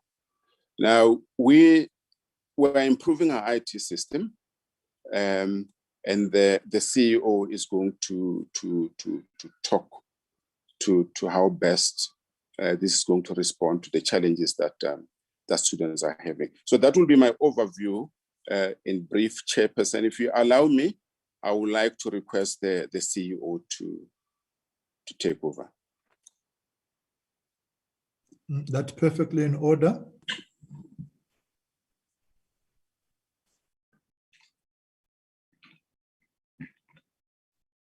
Good morning to the chair and of SCOPA, the honorable members, the minister, and the entire DHET team.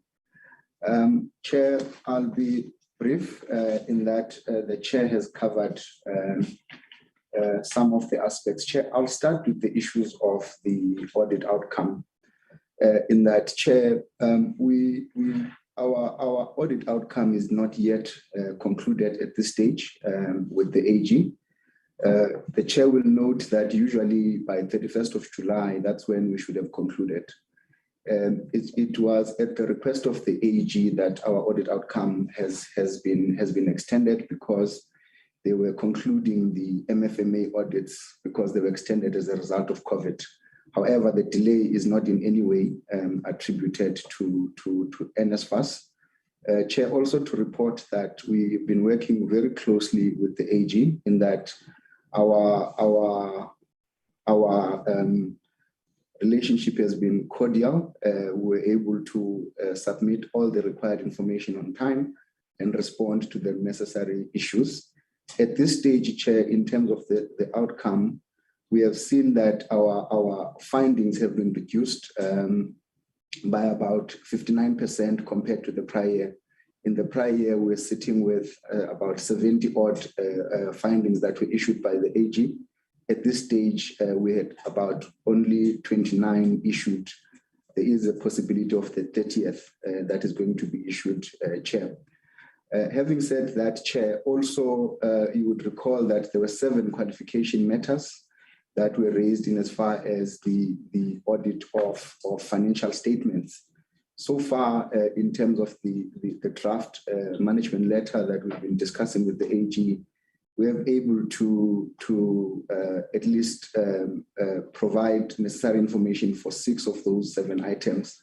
There's 1 pending matter that the AG is busy reviewing. Hence, we are not able to give a formal outcome, Chair, in as far as that is concerned.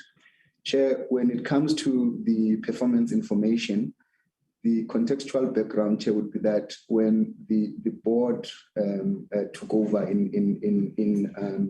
January, the APP had already been in place. And so the observations that we are getting are such of a nature of the formulation of the APP, and as such, we were not able to correct them at the time when the board, or when we started, myself including the board. So there are some issues that are emanating from that performance information. However, Chair, what the board has done in this current review is to revise the strategic plan and related APPs to make sure that they are aligned to SMART principles to avoid those qualifications on usefulness and reliability of performance information. Chair, we were able to achieve these improvements in the short time on the basis that the issue of implementation of audit findings is institutionalized in the organization.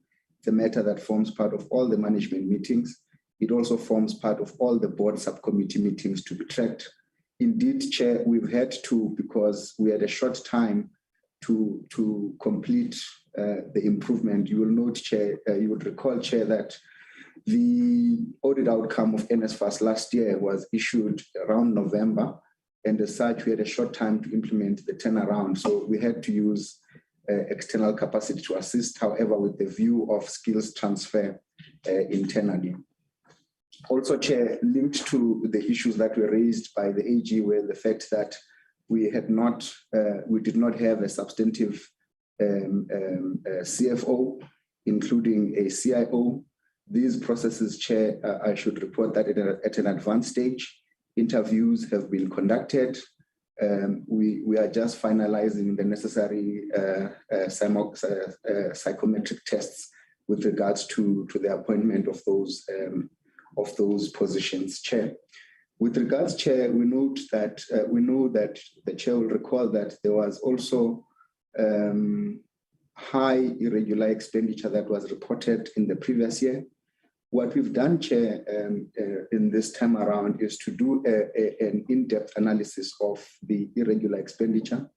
Chair, it should be noted that there is no irregular expenditure that is incurred by NSFAS as a result of supply chain related matters. However, the irregular expenditure that is incurred is associated with student funding. Chair, we've categorized this in three categories. Firstly, Chair, broadly, you would recall that there is irregular expenditure related to the entire population of student funding, on the basis that there was gazetting that should have been done of the funding guidelines, which was not done. However, this has been remediated going forward in that the department has repealed that requirement for gazetting. However, all the necessary requirements in terms of consultations remain. So we could not then do away with that irregular expenditure in the current year. We have also, Chair, just also engaged with the National Treasury around the definition of irregular expenditure, Chair, in a way that we are, if I can maybe paraphrase and say, we are in the provision of social assistance through funding students. In the implications of irregular expenditure mean that when gazetting had not happened, it would have meant that perhaps to comply or not to incur irregular expenditure, we would have had to not pay the related student, because students did qualify, did meet the eligibility criteria. However, because an administrative issue of gazetting had not been done, it would have meant that if we had not paid, it would have meant that those students would have gone without the necessary allowances. So we are engaging with Treasury. We've submitted to them a paper as part of their review to say perhaps definition of irregular expenditure should be considered differently for matters of social assistance, if I can put it in that way, Chair. So, Chair, we've seen that these matters are administrative matters. This is mostly relating to non-compliance, whereby we would fund, as I indicated, students because there was no gazetting. The other one, we termed it as an institutional matter. This relates to the fact that our systems were not on par, and therefore they were not able to accurately fund or at least determine the eligibility of students. I'm reporting to date, Chair, that we have actually also in those instances, because these also relate to data that we get from institutions where students are funded on or are enrolled on courses that are not funded by NSFAS. To that extent, we are initiating a process of recovery with institutions in as far as those are concerned. Others, Chair, relate to internal control matters, but these are also linked closely to the systems, and we have begun a process of improving our systems. To date, Chair, we have, with regards to systems, we have decided to do in-house developments for some of the key modules relating to the disbursement of student allowances and also the calculation of student allowances. We are also improving our application portal for 2022 to enable us to make real funding decisions to students. Part of that process also allows immediate appeals for students. Chair, with regards to risk and compliance aspects, we have begun to institutionalize risk and compliance in the organization. Our audit committee has approved our combined assurance framework that we'll start implementing in the current year under review. We are also doing ongoing risk assessment and compliance assessments that our risk and compliance units do on a regular basis. We have also begun a system of a process of reviewing our policy framework, including aligning our processes to the ISO standards. And also, Chair, in as far as internal controls are concerned, I've indicated that we have also put a policy framework in place. We have also institutionalized implementation of audit findings, and also are in the process of acquiring key systems. As the Chair alluded to this issue, Chair, that what we are finding is hindering our ability to implement some of these turnaround strategies is the limitation we have with regards to our administration budget. Chair, what we administer in terms of student funding is about 43.5 billion in the current year. That taken in relation with our admin expenditure is, in percentage terms, our admin expenditure is 0.9% of that.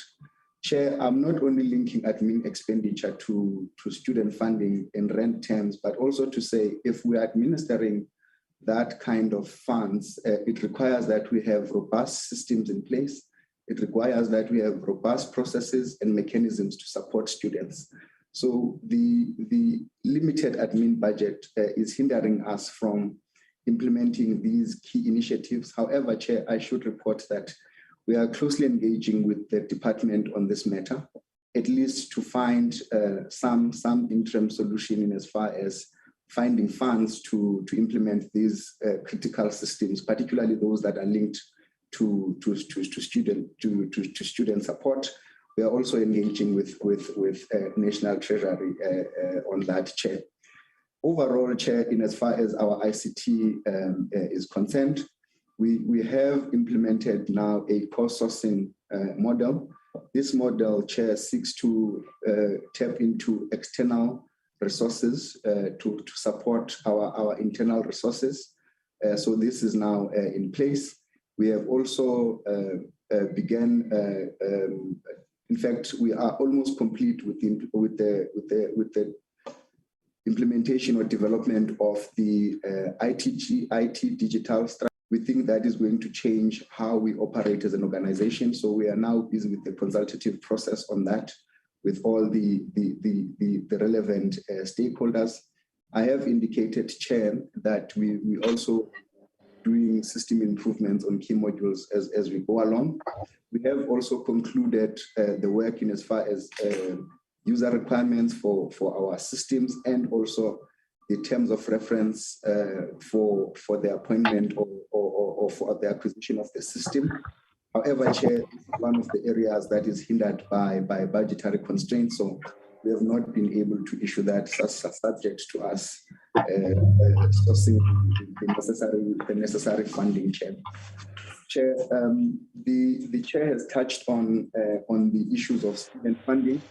However, Chair, what I would like to maybe highlight at this stage is that we, as part of the policy positions that or policy papers that the board has presented, we have improved or enhanced our funding guidelines for 2022. These guidelines are now being consulted on with the relevant stakeholders. These are important, Chair, so that we then can also be able to open our 22 cycle having had approved guidelines. We are also engaging closely with the Department and National Treasury to in a timely manner to identify or fund funds to support the students' demand, to avoid a situation that we saw in the beginning of this academic year.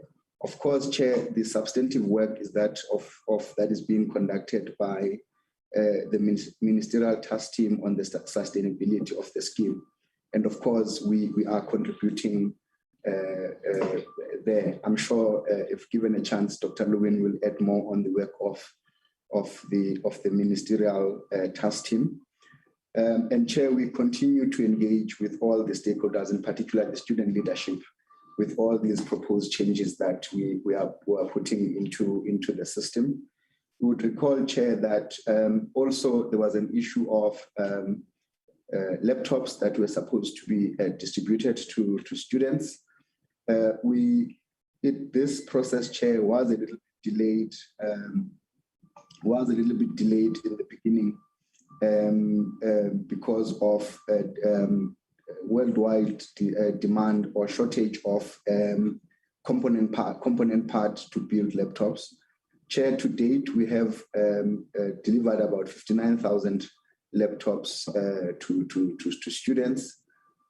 What we are finding, Chair, perhaps this could be attributed to the delays in when we implemented the project, but we are finding that there is less demand for university students. So majority of the numbers that we have delivered are linked to numbers that are to TVET College students.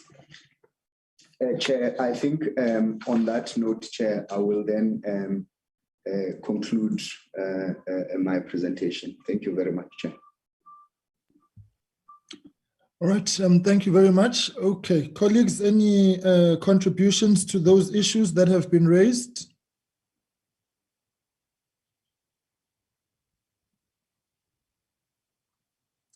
Going once. All right, Honorable Somya, over to you.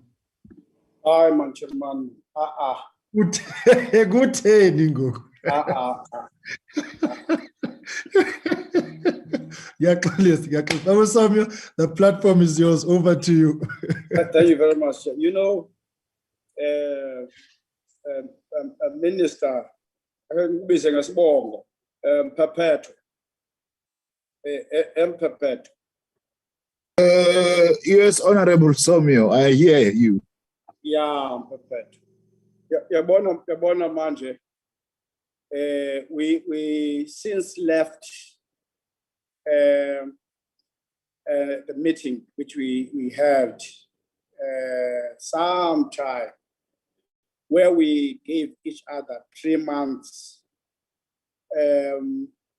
responding to the plea by your board. That day I knew the matters which we are raising are the matters of interest even to them, and therefore they would want to go back, as they have committed even to the portfolio committee, that they have started a process of investigations. I don't know whether I'm using the correct term, but a process to somewhat investigate some of the matters which have been raised at the time. And therefore, they would prefer us with that report when they have finished and they ask for our own indulgence for only a period of 3 months. Where is that report? What are the outcomes of such? Because I thought that we're going to just lay that matter off and deal with those substantive issues which were raised at the time in the meeting, which were relating to an audit report of the period. So now to continue as if things are normal, this and that and that and that. No, it's disappointing. What is actually happening? Chairperson of the board, where is that report?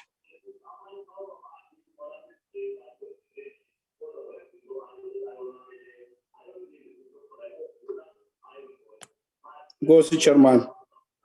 Okay, thank you very much, Babu Somi. Are there any other hands? Okay, let's get a reaction to that.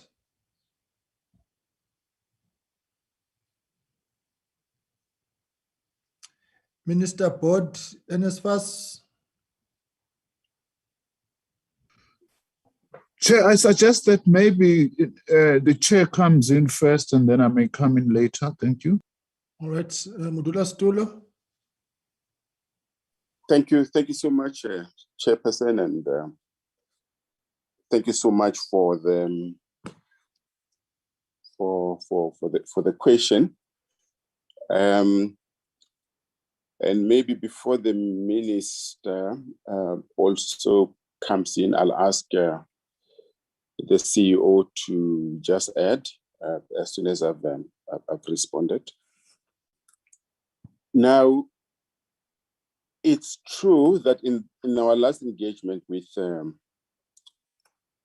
this committee, we made an undertaking that we would like to do an overview of what happened before our term, also in line with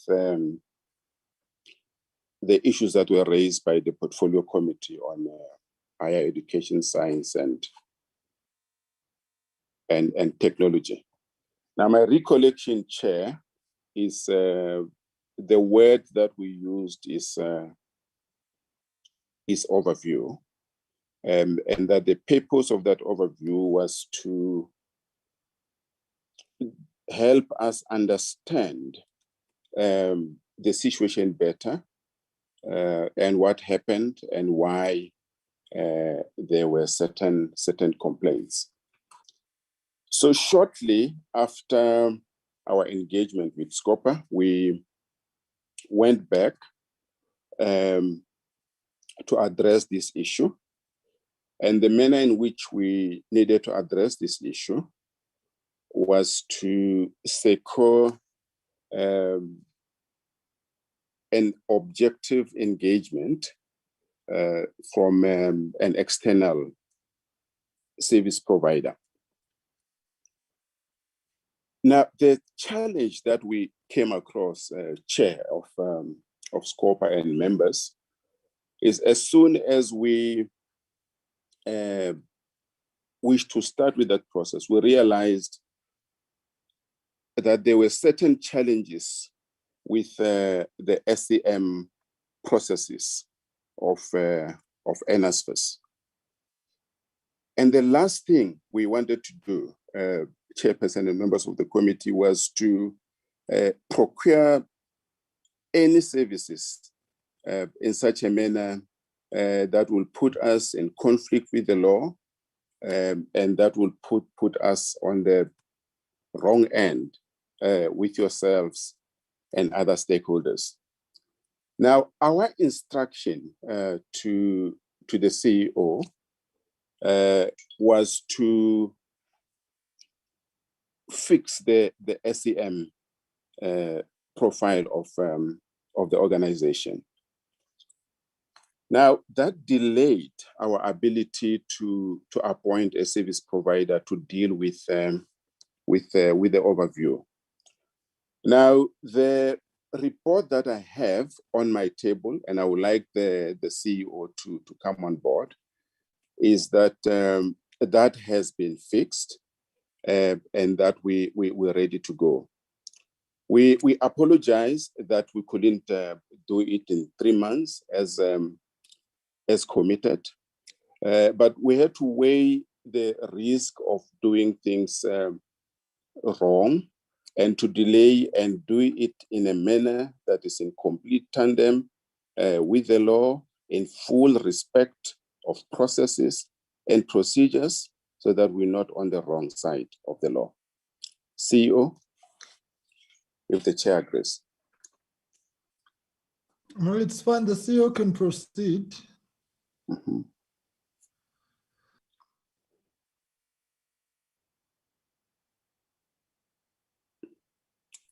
Chair, the SCM process has now been completed. We have indicated to the provider that by the end of September, the work needs to be concluded. We have also started engagements with regards to the scope of the work. And so, Chair, that's the status I can provide. Thank you.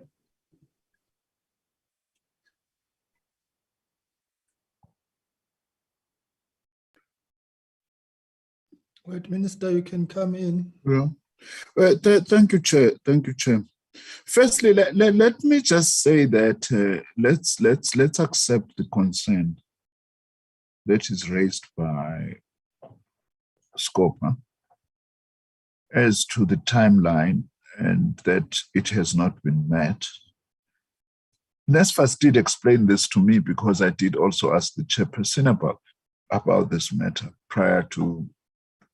in preparation for this meeting. And we share the concern, Chair, and the explanation has been given. And then let's hold NSFAS to then say by end of September, they then need to come back with a full report, having overcome the procedural obstacles in terms of their supply chain management process. But on my side, I will make sure also that I engage with NSFAS to make sure that this gets done by then. As the chair has apologized, I suppose one can only say so. It's not out of lack of intention to actually do this. But I thought the other matter, Chair, that I need to just inform Scopa about, which is not a substitute for what you're asking for, but it's also important that Scopa is aware also that there is this other process which will also cover somewhat similar parts or similar grounds as this has covered some of that, is that I had appointed a ministerial task team led by Professor Balim to actually look at the whole issue of the operating model of NSFAS, because there are challenges there. They finished the report. The report has been submitted to Cabinet. I will be releasing it shortly, together with an update of saying that since that report was concluded, what has been done, which obviously then will also incorporate the work that NSFAS is doing now. And then there will also be prior work that may already be done. I just thought that also I just need to sensitize Scopa to the existence of that other process, which also may be of interest to you. Lastly, Chair, I think nevertheless, we will then need on your side as Parliament to see how then that report gets presented back to yourselves and also to the Portfolio Committee on Higher Education, Science and Technology, whether that gets done separately or that gets done jointly, and what would be the best way of presenting them that part of the report. Because the one I'm talking about, I will be presenting it to the Portfolio Committee on Higher Education, Science and Technology. I just thought, let me say those things, Chair, Thank you very much.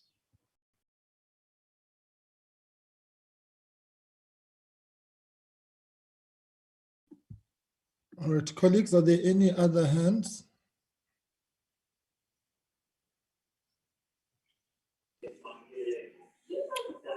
Chair, Yeah. no, let's appreciate the let's appreciate this fresh undertaking. Though we should probably emphasize this for the understanding of the ministry, that ours is a concern which deals specifically with areas that follow the rands and cents in as far as NSFAS is concerned. Our flexibility at that meeting was informed by the fact that indeed the board was new, and new as it was, certain things have happened that need some response and further areas of accountability, and therefore we had to flex one way or the other to allow them time to deal with those matters, lest they run with the waters. Would have preferred that the board would have looked specifically on those matters. Now, this kind of a report, you're talking about discussions between them and treasurer on matters of definitions, which they ought to somewhat to frame some understanding on such matters. So the disappointment I have currently is to the factor of transparency in dealing with that specific matter, because 3 months was given. We're now even beyond that. I'm sure we're on the 8th or 10th month after that meeting that we had, where that undertaking was made, and were to look into a subsequent report of the Auditor General, which would carry some other substantive matters, as if we haven't dealt with them in the previous report. So I would want to urge the chair of the board to take this matter as a serious matter, because indeed we must deal with those matters which were raised by the Auditor General, which account for wrongdoing in the institution. Somewhat there has been performance information, and there were some other financial related matters, whether was it loss or irregularity, which was somewhat refused even by Treasurer to regularize. So those matters are the matters that are very sticky, and I would urge that the board should somewhat find time to deal with those matters and prepare us with that kind of the report, and as well matters that relate to the SIU itself being part of the investigation of some of those matters which you have agreed between yourselves for such investigation to take place. So there is an urgent issuance of a certification of those matters to continue and be able to ensure that we assist the minister's work in as far as the reviewal processes are concerned, was NSFAS should not be made to fail by those who are in the employ of that institution. And if we lie our heads low in as far as this is concerned, we are going to fly deeper towards assisting the failure of this institution, which has been founded to assist the learning processes of our youth. I think I would, in acceptance of that apology, I would really want to urge the minister and the chairperson of the board to see to it that please things that we agree upon are somewhat followed to be done accordingly. Thank you very much, Chair.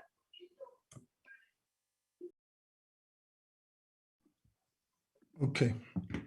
Thank you much, Babu Somato. Right. I think in the absence of any other hands, let us, colleagues, conclude this matter this way. The CEO has indicated that they are going to be receiving, or they've directed that a report must reach them by the end of September.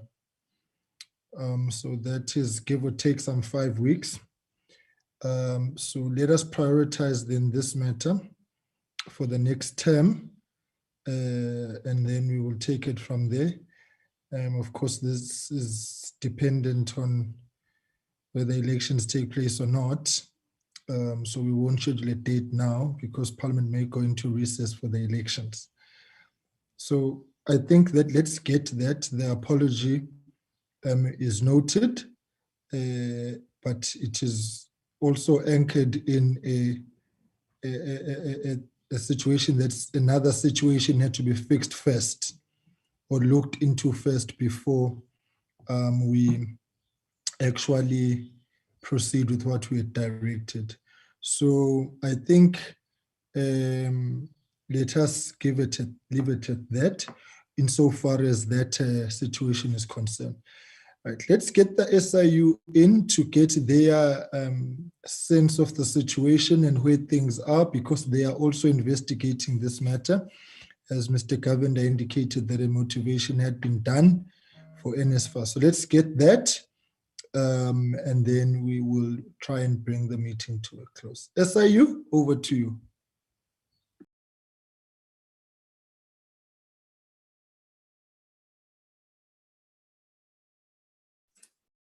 No, thank you, Honorable. Sorry, why is this thing not? Right. Honorable Chair, thank you so much for the opportunity. I hope my colleague, Mr. Govender, is still here. Yes, I can see he's still in the meeting.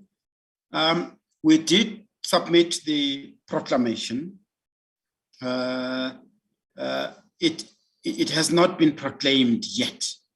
And that is why we would like to ensure that we find out in the process whether it's at the presidency, and just impress on them that it needs to be signed off as speedily as possible.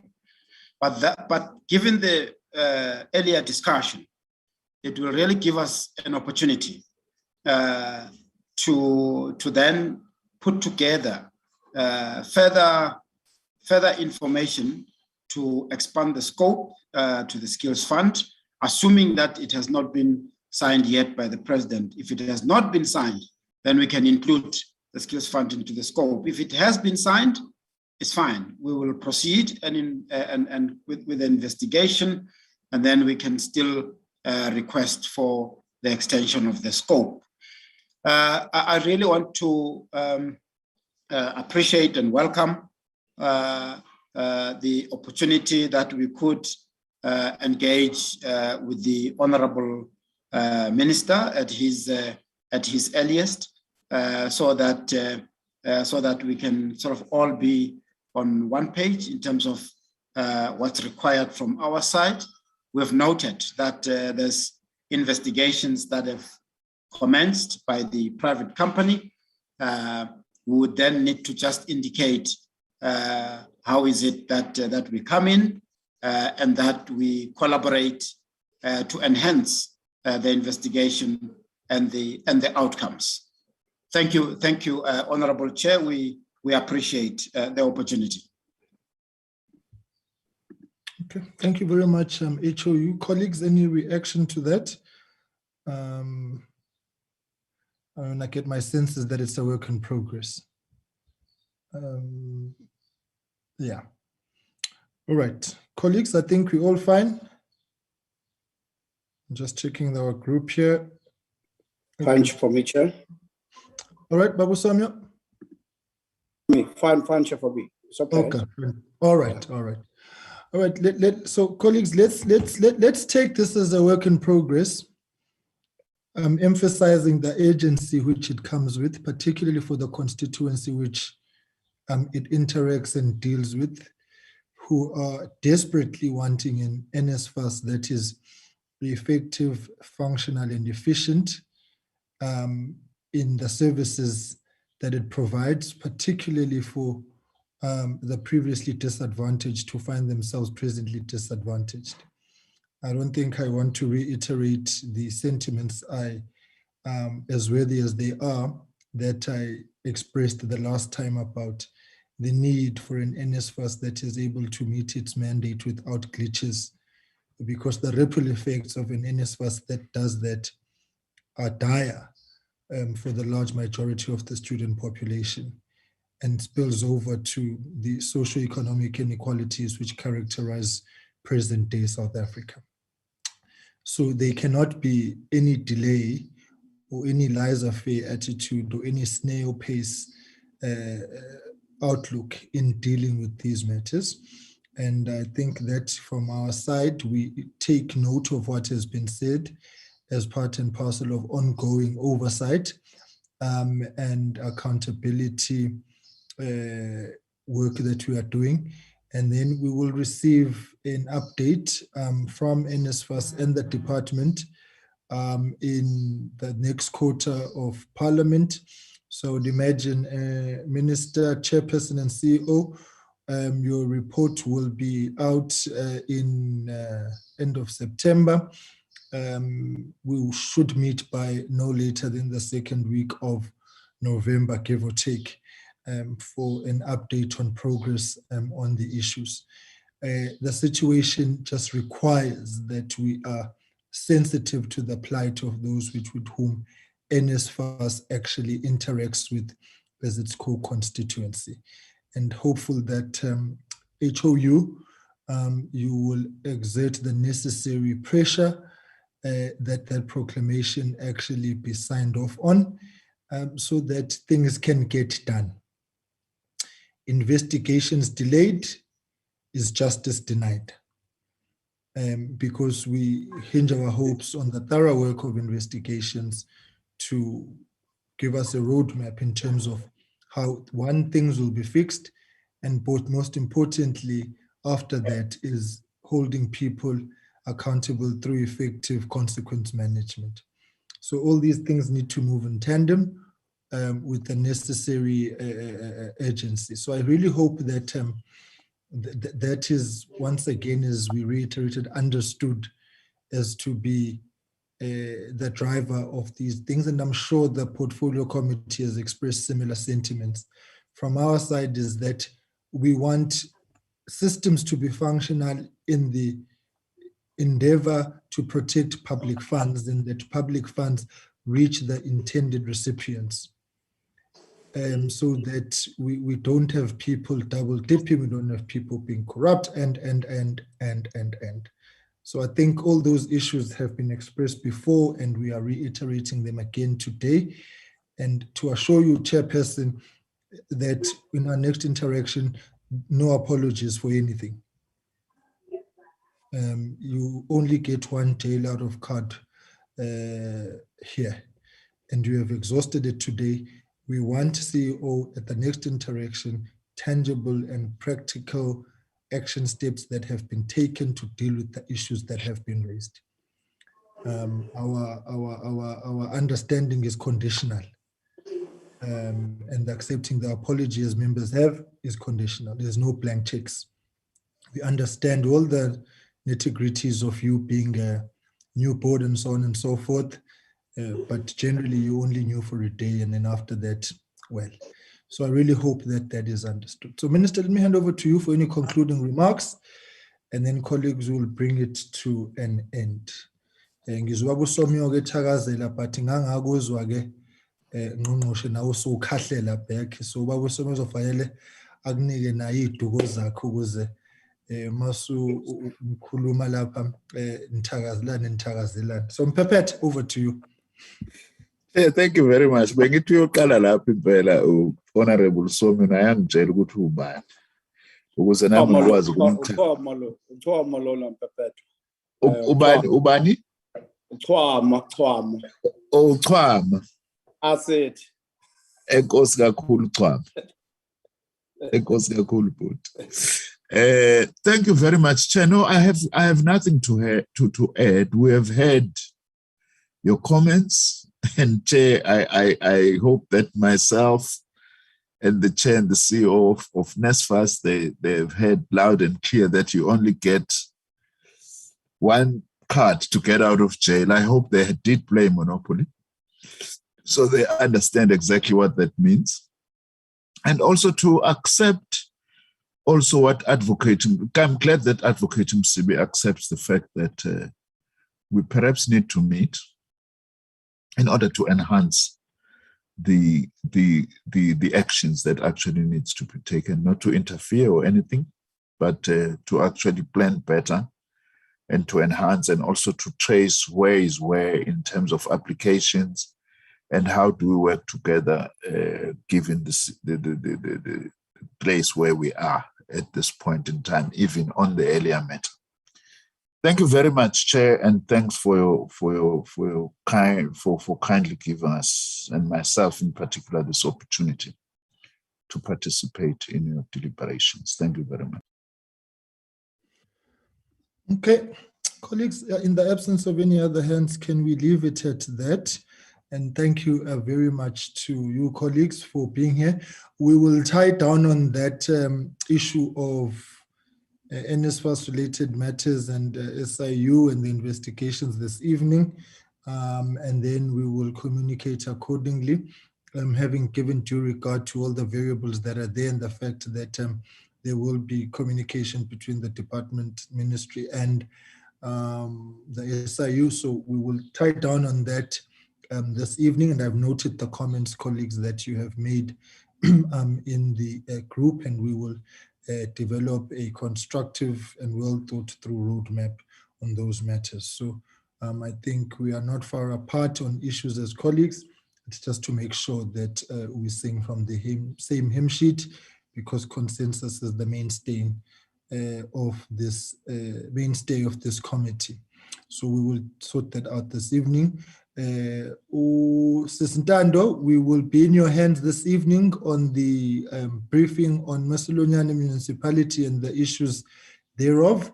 We'll take it from the minister, the head of unit of the SIU, acting DG, chairperson of the board, CEO, and all the relevant officials. Thank you very much. And to our Secretariat, National Treasury, Auditor General, who are always a part and parcel of our work. Thank you very much. And we will be in constant communication and hope that we will be able to turn things around given the urgency of the matter really before us. So colleagues, thank you very much. On then that note, the meeting stands adjourned. And we will meet this evening, colleagues, at 1800 hours for what should really be a very brief meeting. Good day, and we'll talk tonight. Thank you very much. Long live the chair. Thank you, Mabesha. So much to play that over to you. Thank you. Thank you, Chair. Thank you. Thank you very much, colleagues. Okay. Short live the chair. Hayi, Babu Somyo, icime loo nto ethi sho loo nto. Cima.